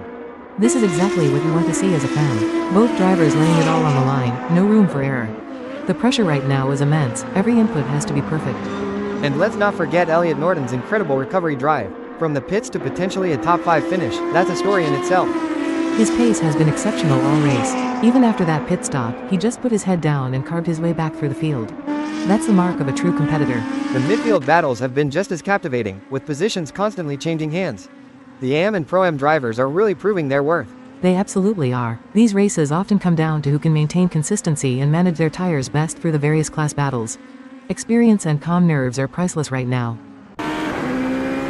Jareth Hallam is now in 8th on lap 25, 0.8 seconds behind Jimmy Lindo, who has moved into 7th. Lindo is on a charge. Lindo has really found his form again. He's putting together a very strong finish, picking off positions one by one.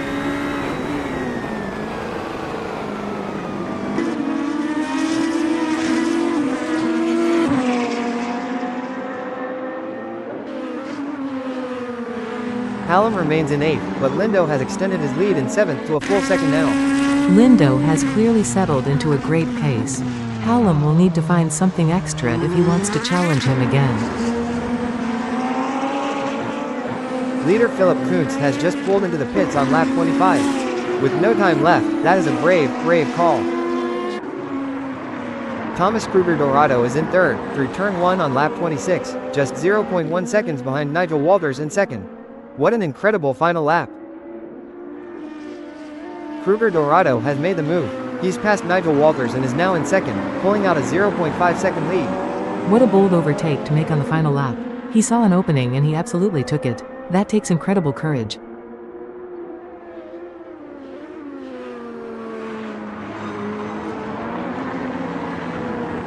That pit stop from Philip Kuntz with literally no time left on the clock. That's a head scratcher. What was he thinking there? That's an absolute game changer, and not in a good way for him. It's almost unheard of unless there's a serious mechanical issue they had to address. Otherwise, that's throwing away a podium, maybe even a win. I've been in situations where you gamble, but that's a massive risk. It's completely reshuffled the front, because now we've seen Thomas Kruger Dorado make an incredible move to snatch 2nd from Nigel Walters. That's the kind of opportunistic driving you need to see when chaos strikes. He didn't hesitate, saw the opportunity and put the car exactly where it needed to be. Brilliant execution. And what about Elliot Norton? From P10 to the lead, then a pit stop, and he's still fighting his way back towards the sharp end. His raw pace has been the highlight for me all race. To have that kind of recovery drive shows not just speed, but incredible mental fortitude to keep pushing after setbacks. That's a champion's mentality. So it looks like Martin Mole has inherited the lead after all that drama, but he can't afford any mistakes now. He's got to stay absolutely laser focused. With all the action behind him, the last thing he needs is to get complacent. These final few corners are where races are won and lost. What an absolutely chaotic and thrilling end to this race here at Motegi GP. The adrenaline must be through the roof for every driver out there. Every single corner now is absolutely critical.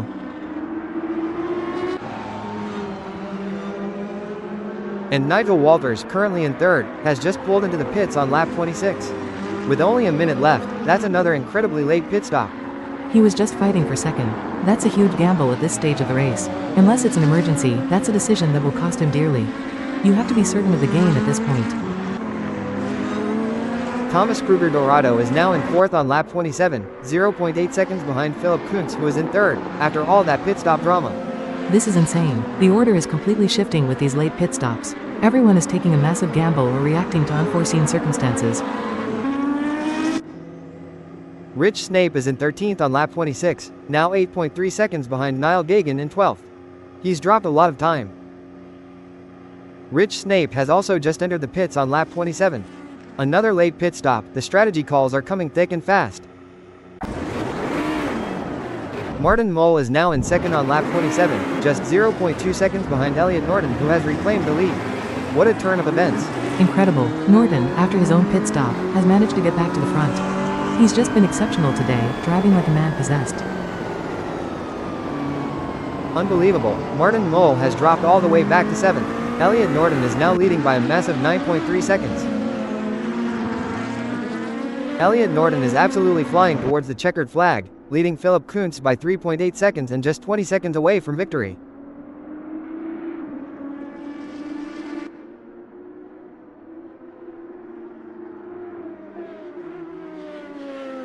Elliot Norton crosses the line. What an absolutely phenomenal drive from 10th on the grid to win the Motegi GP. An incredible victory. From P10, a pit stop, and still he battled his way to the top. That's a truly deserved win, an incredible display of pace and resilience. What a drive. And Philip Kuntz crosses the line to take a well-deserved 2nd place, after an incredibly tumultuous final few laps. He started in 3rd and fought tooth and nail for every position, showing incredible resilience after that late pit stop scare. A brilliant drive to the podium. Thomas Kruger Dorado takes the final podium spot, finishing in 3rd. What a fantastic result after a race full of drama. He capitalized on every opportunity, showing great racecraft to claim that podium finish. A very smart drive from him today.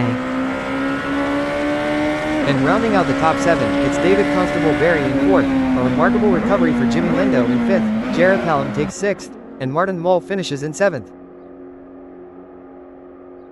Further back, Nigel Walters comes home in 8th, followed by Joel Lemrick in 9th, Maximilian Turbin takes 10th, and Niall Gagan rounds out the top 11. Every one of those drivers fought hard for those positions, particularly after the chaotic final minutes.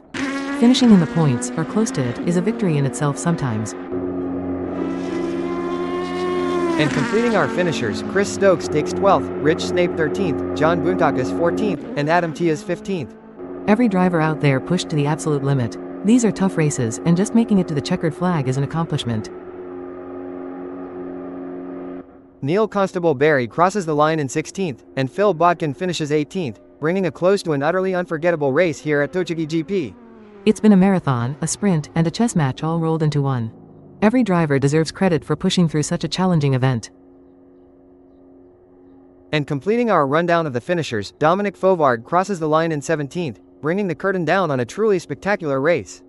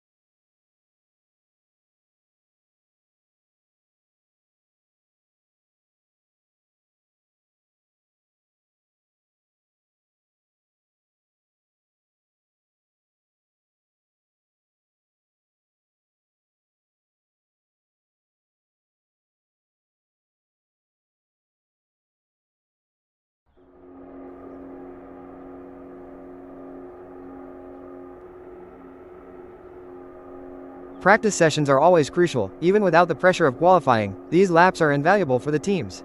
Absolutely. You're not just finding limits, you're building confidence, fine-tuning the car. Every single lap here matters for race day.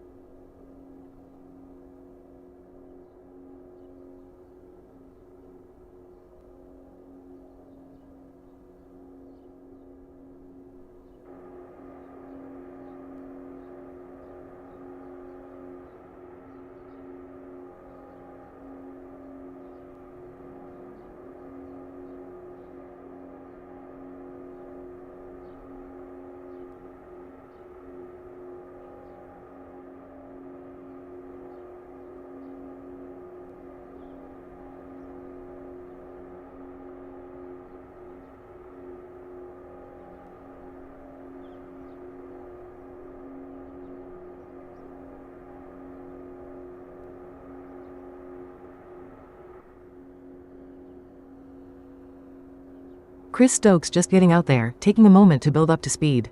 Sometimes you just need to feel the car before you really push.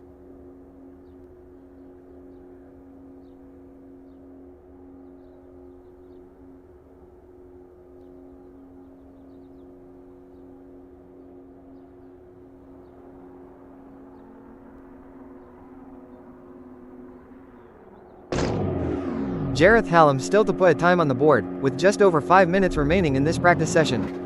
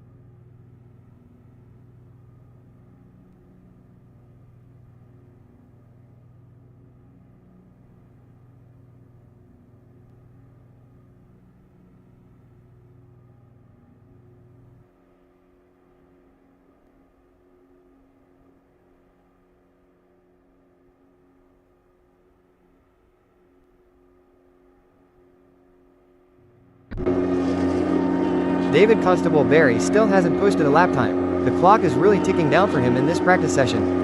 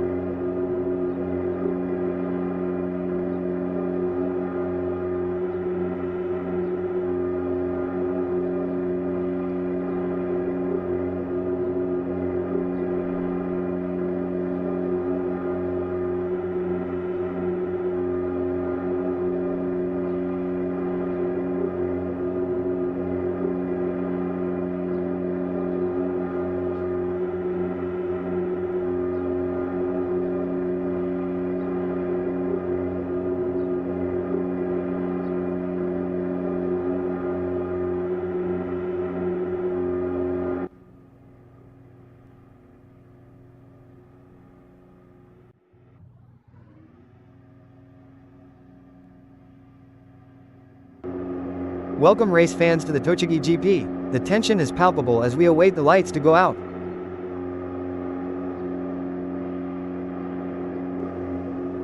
Indeed, and it's Phil Bodkin on pole, driving the JT5 Shiro 2021, an M-Class driver. Starting from that top spot, I can tell you, feels very different when the pressure is on. And not far behind, in third place, we have Neil Constable Barry from the UK, also in a JT5 Shiro 2021, an M-Class driver. Third on the grid is a strong position. You're close to the action at the front, but often have a bit more space to manage the first corner than those immediately behind. Further down the grid, in fifth position, it's John Boontakis from Greece, piloting another JT5 Shiro 2021. Fifth place, for an M-Class driver, can be a great starting point. It allows you to observe the front pack's opening moves and potentially capitalize on any early skirmishes. In 6th spot, we have Chris Stokes from England, a Pro-Am class driver in the JT5 Shiro 2021. A Pro-Am in 6th means he'll be looking to quickly cut through the AM drivers ahead. It's a different mindset when you know you have that extra edge and experience. Maximilian Turbin, another Englishman, starts from 8th, driving the JT5 Toyota 2021, and he's a Pro-Am class driver. 8th place for a Pro-Am, he'll be feeling he has some ground to make up. Sometimes starting a little further back can allow you to find a rhythm without the immediate chaos of the very front. From 10th position, we see Nigel Walters from the United Kingdom, in the JT5 Toyota 2021. Nigel, an M-Class driver starting P10, will need to be sharp off the line. Keeping it clean in the mid-pack is often the biggest challenge in those opening laps. Just behind him, in 11th, is Martin Mol from the Netherlands, driving a JT5 Toyota 2021, a Pro-Class driver. A Pro starting P11. That's a huge opportunity for Martin. He'll be pushing hard from the very first corner. I'd expect him to be making up positions quickly. It's almost a given you try to gain 2 to 3 places in the first lap. And in lucky 13th, it's Jimmy Lindo, in a JT5 Shiro 2021. Position 14 is occupied by David Constable Barry, another English driver, a Pro-Am in the JT5 Shiro 2021. David will be looking to work his way up quickly. As a Pro-Am, he'll have the experience to pick his moments to overtake, especially in the opening laps when things are still settling down. And in P16, we have Philipp Kunz from Germany, another Pro-Class driver in a JT5 Shiro 2021. Elliot Norton from the UK starts from 17th, in the JT5 SNX 2021. He's a Pro-Am, so like the other Pro-Ams and Pros further back, he'll be eager to make early progress. The SNX model might also give him a slight advantage if he can hook it up well. The lights are out and we are underway, but the green flags are immediately followed by the safety car. We're starting with a formation lap under the safety car. A safety car start means everyone gets a chance to properly warm their tires and brakes, but it also delays any immediate attacking moves. It's a different kind of intensity, as you're still preparing, but the race is technically on. The safety car leads them around the Tochigi GP circuit. All the cars are in line, waiting for the race proper to begin. This is an important chance for drivers to get heat into those tires, particularly with the wind speed we have. You're constantly weaving to keep the rubber working. Everyone is focused, making sure they stay within touching distance of the car ahead, but not too close. Precisely. It's about finding that sweet spot, getting the feel of the track without any aggressive moves, conserving fuel where possible, but still ready to pounce the moment the safety car pulls in.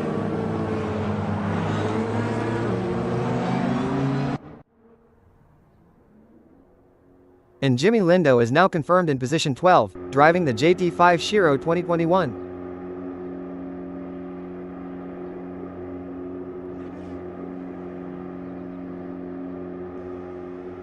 Right then, let's update that grid.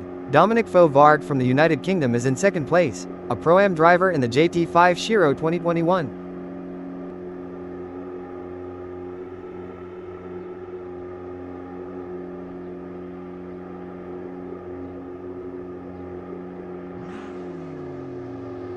Adam Tias from England starts in 4th, piloting the JT5 Shiro 2021.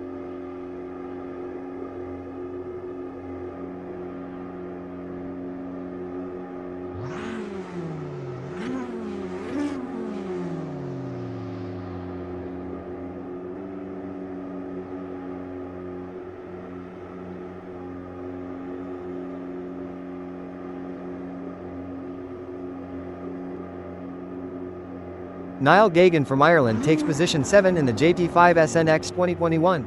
7th place for an AM driver in the SNX. That car can be quite nimble, so he'll be looking to make the most of it in the pack.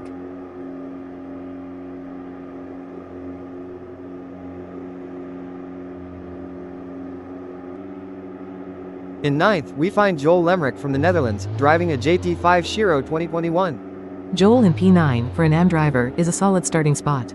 He'll be surrounded by a mix of classes, so keeping a cool head in the first corner will be key.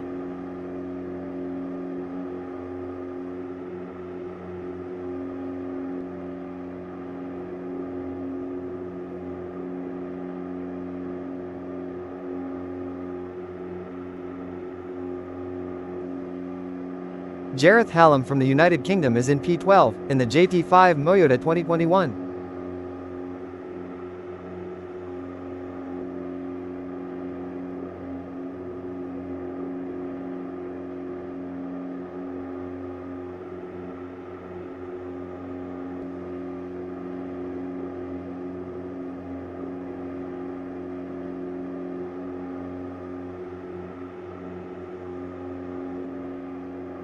Thomas Kruger Dorado, from the UK, starts from position 15 in the JT5 Toyota 2021. P15 for a Pro-Am driver. He's got a lot of work ahead, but it also means he'll have plenty of traffic to navigate and potentially gain places from.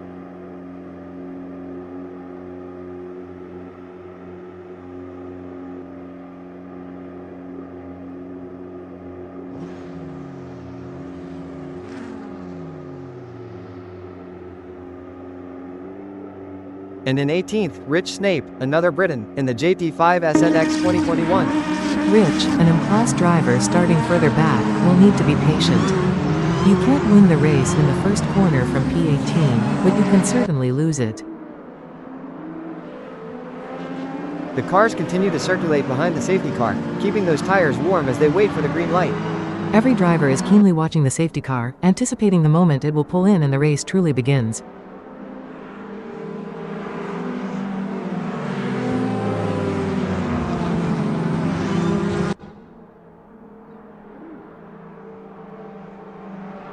Just a few more moments until the safety car peels off and we get this race properly underway here at Motegi GP. The adrenaline must be building now. This period is almost tougher than a standing start because you're wound up, but you can't attack yet.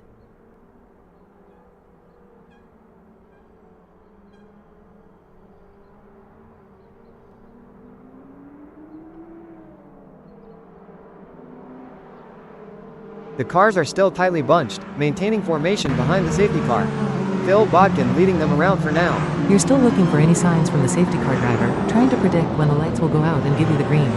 It's all about readiness. Everyone is getting a good look at the track conditions one last time before the hammer drops. And ensuring those brakes are up to temperature. You want to hit that first braking zone with full confidence, especially after a safety car start.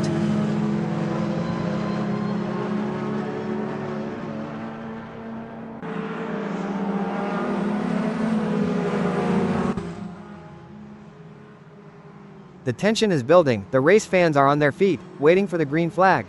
It's all about focus right now for the drivers. No mistakes on the restart, that's what's running through their minds.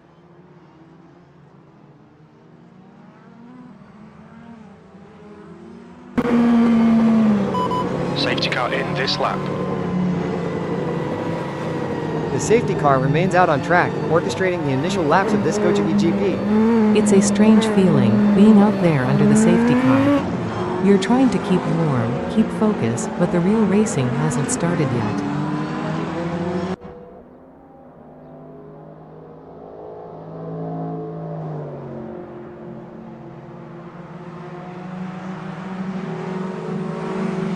Still under safety car conditions here at Motegi GP, the field remaining tight as they follow the lead. These extra laps under the safety car mean even more heat cycles on the tires before the racing even begins. It's a consideration for tire management later on. Get ready, safety car's clear.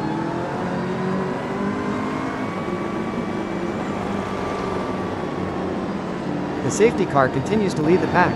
We are all eagerly anticipating the moment it pulls into the pit lane. You're always trying to figure out if the safety car driver is accelerating or slowing down at certain points.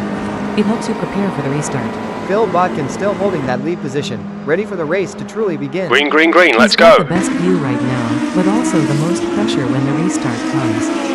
He'll dictate the pace and when to go. And the lights are out. The safety car pulls in and we are racing at Motegi GP. Finally, you feel that immediate surge of adrenaline, and it's all about getting on the power and making those first few corners count. Chris Stokes has moved up one spot in the fifth, now just a tenth of a second behind Adam Tias.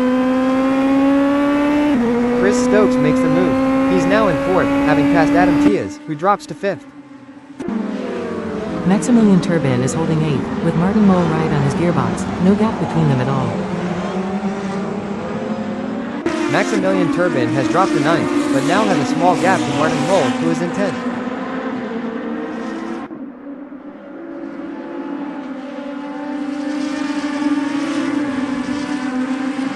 That restart was absolutely electric after the safety car. You could feel the anticipation build. Oh, absolutely. Coming off a safety car, you're coiled, ready to launch. It's a different kind of intensity compared to a standing start, but the pressure to nail it is immense. We're seeing some great battles already, particularly among those in Pro-Am class drivers trying to carve out positions. Yeah, those Pro-Ams like Chris Stokes will be looking to get through the Am drivers experience you have to be decisive but also very calculated in those early moves.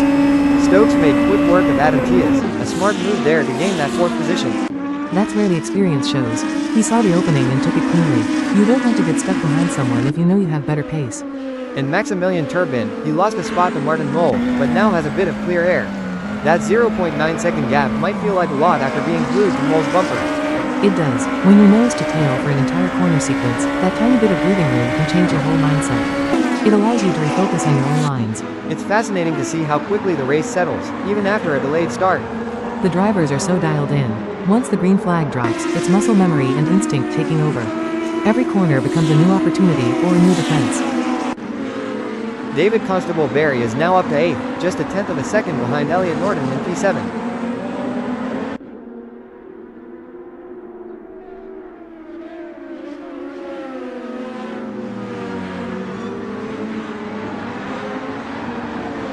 Constable Barry is still holding P8, but Elliot Norton has stretched that gap slightly to 0.7 seconds. He might have made a slight error or just got caught in some dirty air. That 7/10 gap is enough to make a real difference in the cornering stability. Further back, Nigel Walters is in P12, right on the tail of Rich Snape, just 2/10 separating them.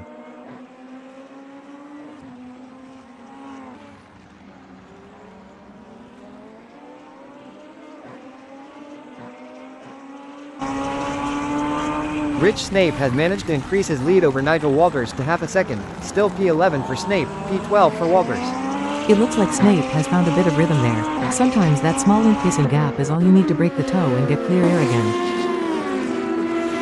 Rich Snape has made significant progress, now into P10 and just 0.3 seconds behind Philip Kuntz. Fantastic move by Snape. He's really finding pace now and closing in on a pro driver. This is exactly what you want to see from an AM driver pushing hard.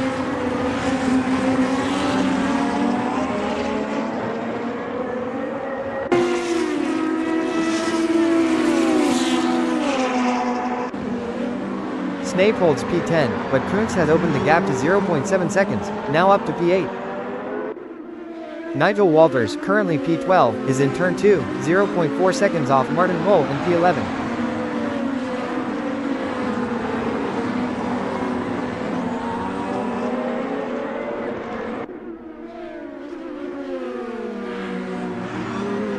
Walters in P12, still chasing Mull in P11. The gap has grown slightly to 0.6 seconds. Mull clearly pushing hard to establish some breathing room there. That extra 2/10 can make all the difference in breaking the slipstream. Elliot Norton has made great progress, now up to 5th and closing on Niall Gagan in P4, just 0.2 seconds the difference. Elliot Norton sweeps past Niall Gagan to take P4, no gap between them.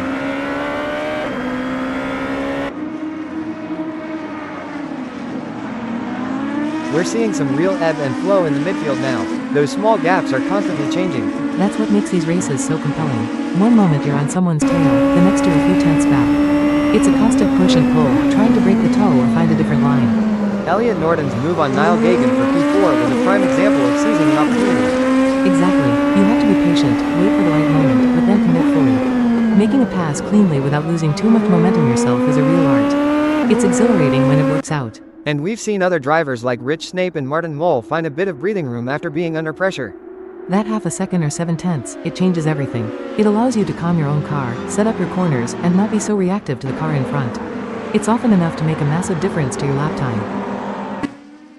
David Constable Barry into P7, just a tenth of a second behind Maximilian Turbin in 6th. Constable Barry drops back to P8, with Maximilian Turbin now in 6th and stretching his advantage to 0.3 seconds. It looks like Turbin has found some pace, or perhaps Constable Barry had a moment there. Those small errors can be very costly when the gaps are so tight.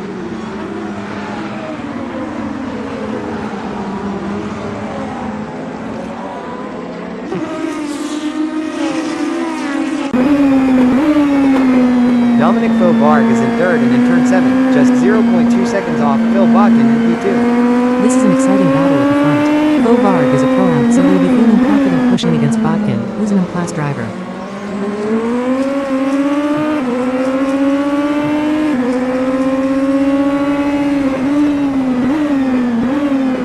Vard has dropped a spot to 4th, and Phil Bodkin, still in P2, has now extended his lead to 0.8 seconds. That's a significant swing. 8 tenths is a lot to find in one lap. Phil Vard might have made a slight mistake, or Bodkin really pulled out a flyer there. Adam Tias is now in P14, just 2 tenths off Martin Mole in P13.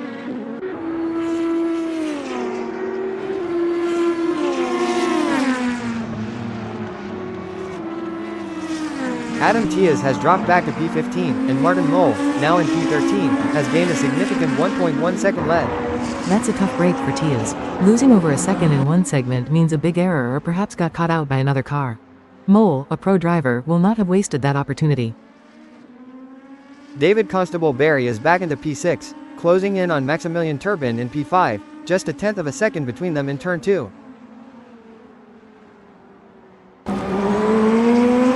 Constable Barry makes the pass. He's up to P5, leaving Maximilian Turbin in 6th. Great move there from Constable Barry. That's a Pro-Am driver asserting their pace and making a clean overtake for position.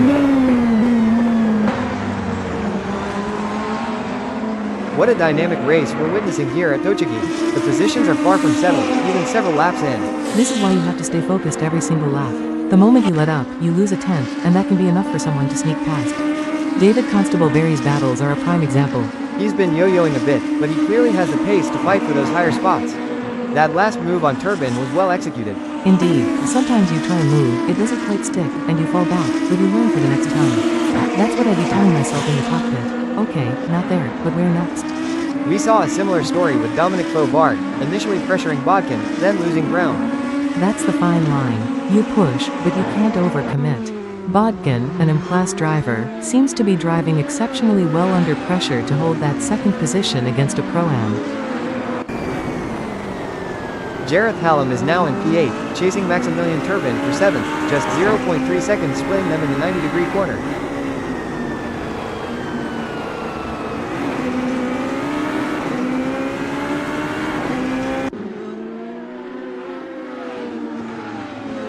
Hallam remains in P8, but Turbin in 7th has opened that gap to 0.4 seconds.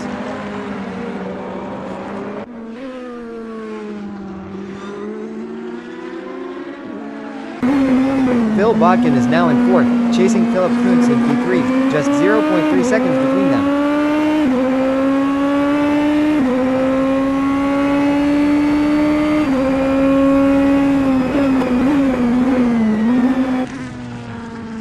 Bodkin in P4, but Kuntz in 3rd has stretched his lead to 0.9 seconds.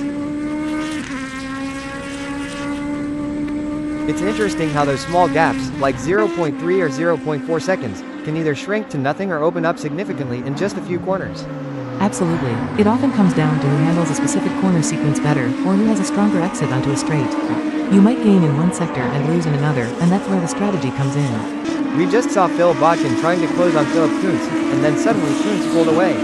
It can be quite deflating for a driver. It is. You're pushing, you see your target, and then they find an extra gear. It's mentally tough. You have to reset and reevaluate your approach, perhaps look for a different overtaking spot. The mix of classes on the grid is certainly adding to the excitement, with M and Pro-Am drivers battling it out with the pros. It definitely spices things up. A pro driver will expect to make quick progress, but an M driver on a good day, knowing the track, can certainly hold their own, as Bodkin has shown at times. Jareth Hallam is holding P8, with Elliot Norton now just 0.3 seconds behind in 9th. Norton will be looking for an opportunity here. That's a very tight gap, and he'll be right in Hallam's slipstream, gaining speed advantage.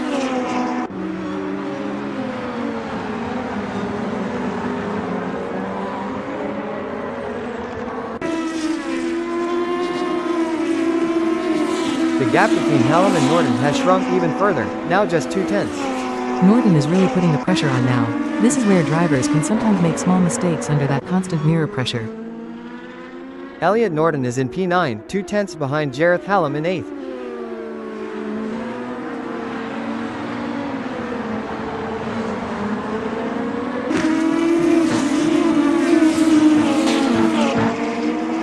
Norton is absolutely right on the bumper of Hallam, no gap at all between P8 and P9. He's looking for an opening here, trying to size up a move. Being that close means he's getting maximum slipstream effect. Wow, Elliot Norton has vaulted up to 6th position. Jareth Hallam has dropped to 9th, and Norton now has a 2-second lead. That's an incredible surge forward for Norton. He's clearly found some serious pace there or capitalized on a major incident in front of him. A 2-second gap from 0 is huge in this race. Jareth Hallam is down in P12 now, just 0.2 seconds off Martin Mole in P11.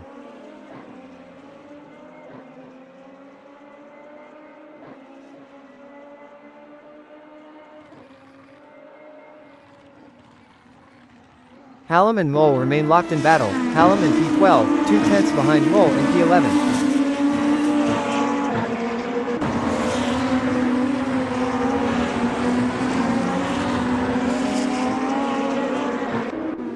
Martin Mole is in P11, just 0.2 seconds behind Niall Gagan in 10th.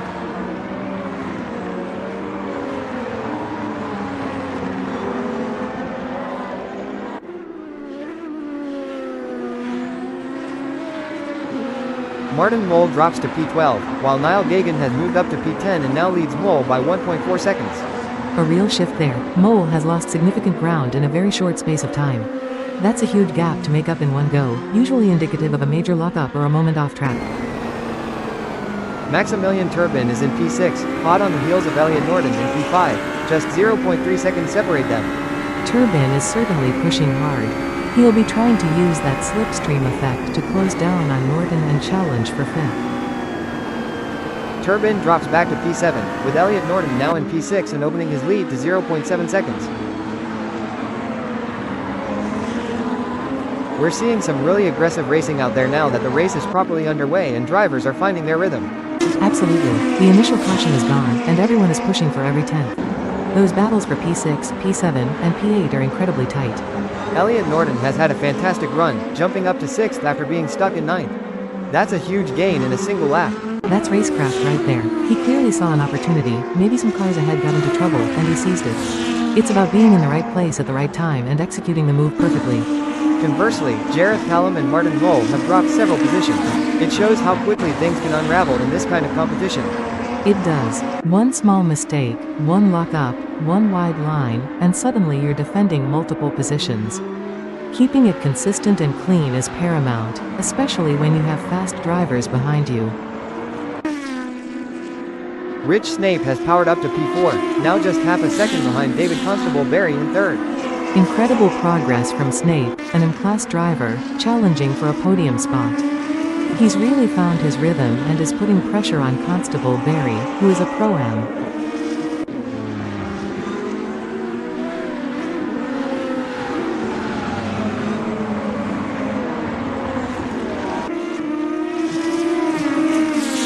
Snape holds 4th, but Constable Barry in P3 has managed to edge out that lead slightly to 0.6 seconds. Constable Barry is certainly feeling the heat from Snape, but he's responded well to keep that gap. It's a mental game as much as a physical one out there. Jareth Hallam is up to P10 in the S-curve, with Thomas Kruger Dorado 0.6 seconds behind in P11.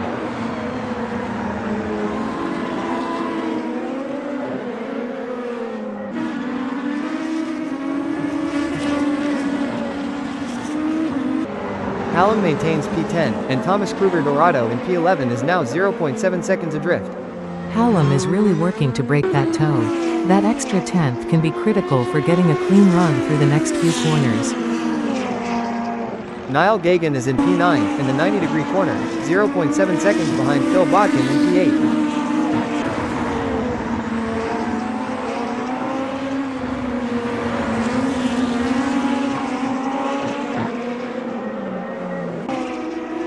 Gagan has closed the gap to Phil Bodkin to just 0.4 seconds, still P9 for Gagan, P8 for Bodkin. Elliot Norton is holding 5th, just 0.4 seconds behind Rich Snape in P4.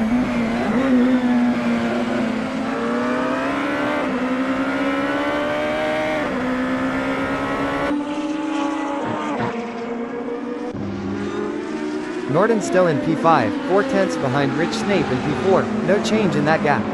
It suggests both drivers are pushing hard and consistently, matching each other's pace. It's a proper cat and mouse game. Jareth Hallam is now in P11, just 0.3 seconds off Thomas Kruger Dorado in 10th in turn 5.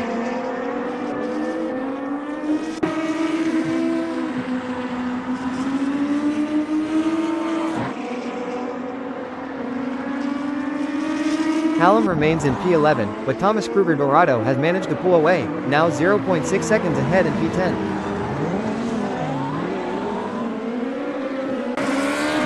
Jareth Hallam has made a move and is now in P10, closing on Thomas Kruger Dorado for P9. The gap is 0.4 seconds. He's clearly not giving up after falling back earlier. To find that pace and make up positions again shows real determination. Niall Gagan is down to P11, 0.4 seconds behind Jareth Hallam in P10.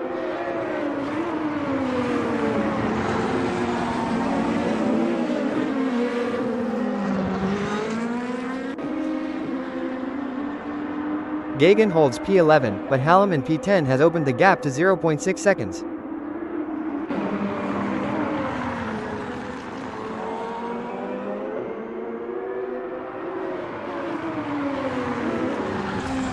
Jareth Hallam is in P10, just 0.3 seconds off Thomas Kruger Dorado in ninth.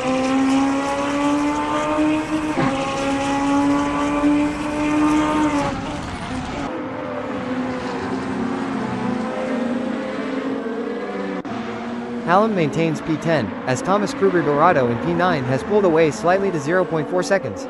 He's trying to get that clear air, but Hallam is persistent. This battle for the top 10 is really heating up as we approach the closing stages. Niall Gagan is right back on Jareth Hallam's tail, just 0.2 seconds separating P11 from P10.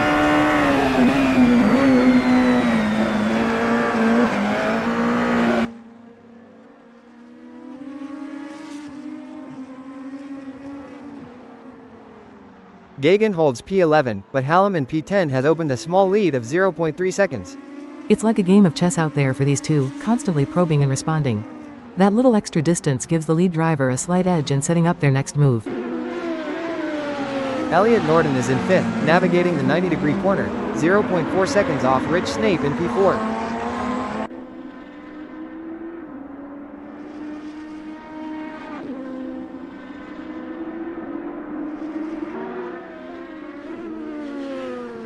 Norton remains in P5, but Rich Snape in P4 has now extended his lead to a full second.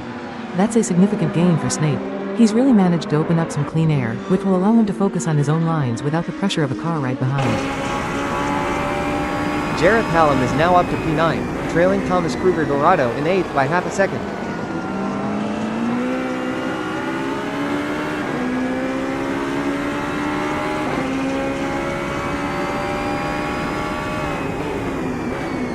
Hallam remains in 9th, with Thomas Kruger Dorado extending his lead to 0.6 seconds in P8. It's a testament to the consistency of Kruger Dorado to hold that position and incrementally increase the gap. Every 10th counts. Jimmy Lindo is in P11, just 0.4 seconds behind Niall Gagan in 10th.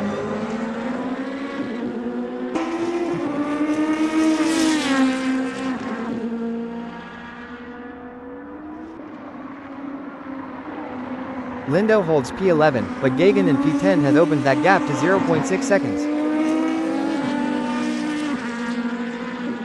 With less than 10 minutes to go, plus that extra lap, the intensity is really building across the entire field. You can feel it. Drivers who have made gains are desperately trying to consolidate, and those who have lost ground are now pushing to find those last few tenths. That's when mistakes often happen. Rich Snape has done a superb job pulling away from Elliot Norton, gaining a full second in one go. That's a strong statement of pace. Absolutely. To shake off a car that was consistently within 4 tenths, he must have put in an incredible sector. It allows him to breathe and focus on chasing the car ahead rather than defending. And the battle for the lower end of the top 10, with Jareth Hallam, Thomas Kruger Dorado, Niall Gagan, and Jimmy Lindo, is just relentless. That's where the small gains really add up. Every little bit of track position means something for their championship. You're thinking about the points, but you can't let that distract you from the immediate battle. Rich Snape is in P4, just 0.3 seconds behind David Constable Barry in 3rd. He's absolutely flying.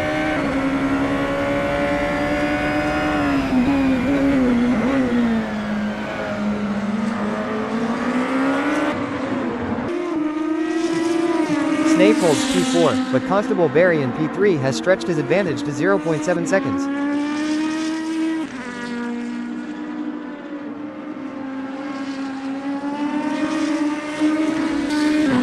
Elliot Norton has set a blistering lap time, and he's now just 0.4 seconds off Rich Snape in P4.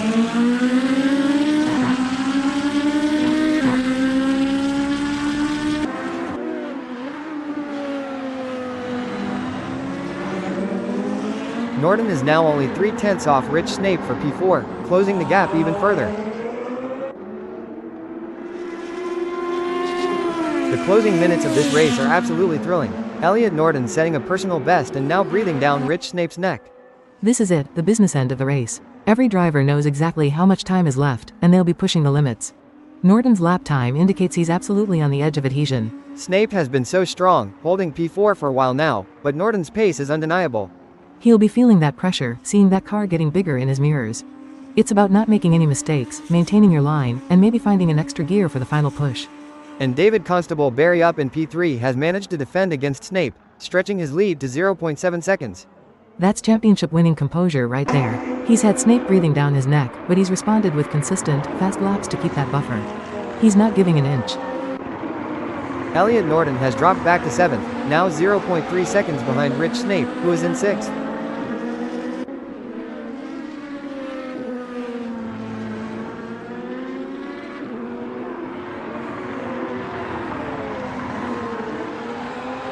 Norton in P7, still 0.3 seconds behind Snape in P6, the gap holding firm.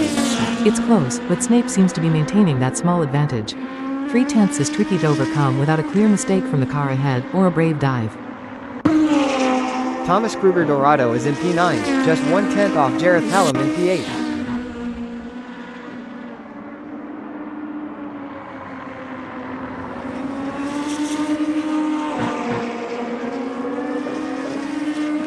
Kruger Dorado holds P9, but Hallam in 8th has pulled out a 0.3 second lead. The pendulum swings again. Elliot Norton, after that incredible lap, has dropped a few spots. That shows how intense this field is. It really does. You can't just put in one fast lap and expect to hold position. You need that consistency lap after lap. Perhaps he pushed too hard and ran wide, or lost momentum in traffic. Rich Snape, on the other hand, seems to be holding strong in P6, maintaining that small but crucial gap to Norton. That's smart racing. He knows Norton is quick, so he's focusing on his own lines, hitting his apexes perfectly, and making sure there are no chinks in his armor. And the fight for P8 between Jareth Hallam and Thomas Kruger Dorado is still extremely tight, only 0.3 seconds. These guys are fighting for every point, every position. It's the kind of intense midfield battle that can define a season for some of these drivers. And we have Jimmy Lindo pulling into the pits. He was in P12. Pitting this late in the race is a bold call. He must have an issue, or perhaps they're gambling on fresh tires for one last charge if it's a longer race than anticipated. Elliot Norton is in P7, still 0.3 seconds behind Rich Snape in P6. He's still there, still pressuring Snape. That last lap time was a bit slower, so perhaps he's conserving, or had a slight lock-up in a corner.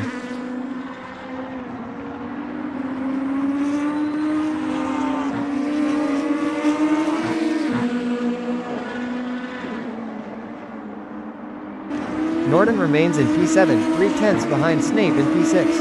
The gap is holding firm. They are locked in, aren't they? Neither driver is giving an inch. It's a real test of nerve and consistency in these final moments. Rich Snape is holding P6, with Elliot Norton now just 2/10 behind in 7th.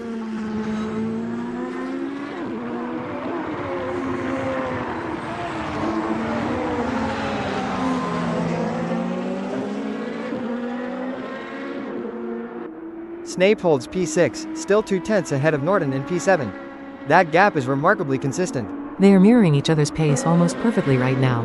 It means both drivers are extracting absolutely everything they can from their cars. Any deviation, and the position will change. Elliot Norton has closed right up on Rich Snape, just 1/10 of a second separating P7 and P6. Norton makes the move. He's up to P6, having passed Rich Snape, who drops to 7th by 0.6 seconds.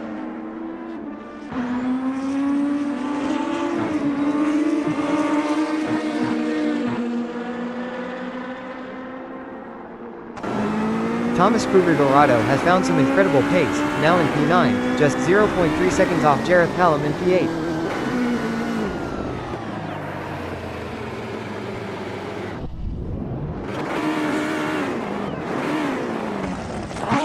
Huge shift here. Thomas Kruger Dorado has dropped to P10, and now the gap to Jareth Hallam in P8 is a staggering 25.7 seconds. 25 seconds is an enormous amount of time to lose in one go. Kruger Dorado must have had a major moment or a complete spin. That will be very disheartening. Elliot Norton is holding P6, 0.4 seconds behind Nigel Walters in 5th.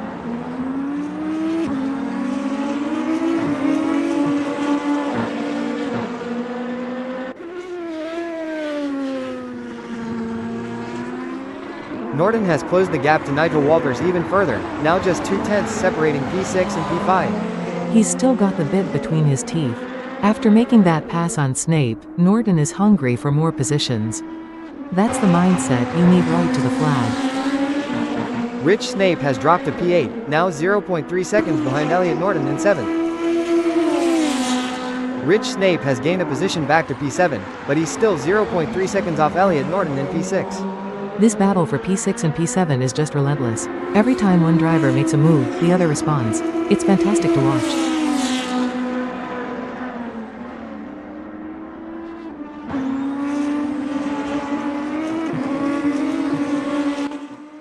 Nigel Walters is now in P6, with Rich Snape 0.3 seconds behind in 7th.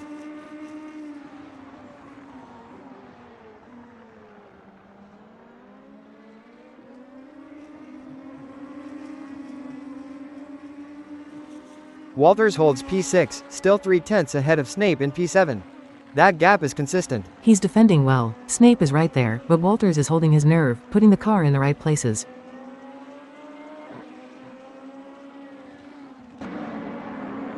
Rich Snape is in P7, just 0.3 seconds off Nigel Walters in P6.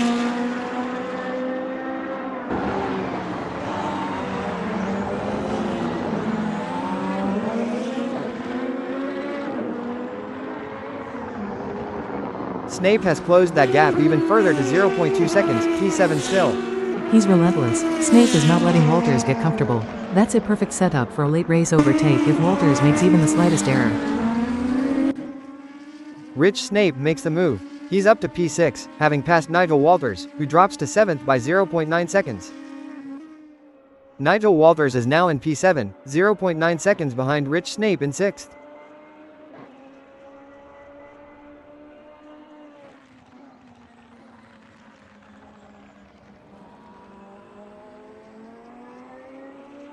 Walters remains in P7, but Snape in P6 has increased his lead to a full second.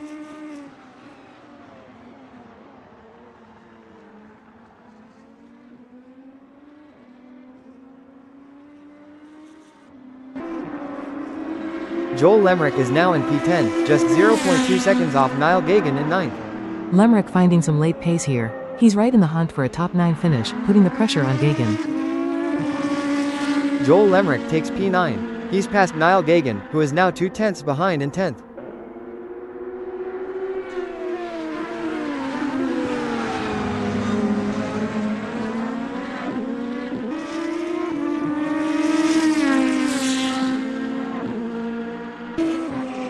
Niall Gagan is in P10, in the 130R, 0.5 seconds behind Joel Lemrick in 9th.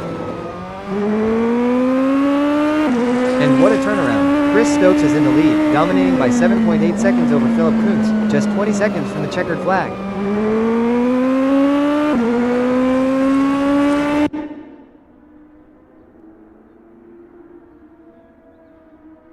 Chris Stokes crosses the finish line. He wins the Motegi GP. What an incredible drive from the Englishman. From P6 on the grid, as a pro-am driver, that is an absolutely phenomenal performance. He kept his head, managed his pace, and just pulled away from the field. Philip Kuntz crosses the line in second. What a drive from P16. An outstanding recovery drive from the pro driver. Starting so far back and finishing on the podium is a testament to his skill and patience. David Constable Barry takes third place. A brilliant podium finish for him. From P14, that's another incredible performance. He showed consistent pace and held off some strong challenges in those closing laps. And Maximilian Turbin takes fourth, Elliot Norton an amazing fifth, Rich Snape sixth, and Nigel Walters comes home in seventh.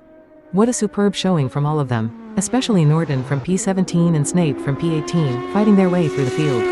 That takes immense focus and aggressive but clean racing to gain that many places. Jareth Hallam crosses for 8th, Joel Lemrick takes 9th, Niall Gagan 10th, and Phil Bodkin finishes in 11th. It's always tough when you start on pole and finish outside the top 10, as Bodkin did, but the competition was just too fierce today. Credit to Hallam, Lemrick and Gagan for their consistent efforts. Adam Tias comes home in 12th position.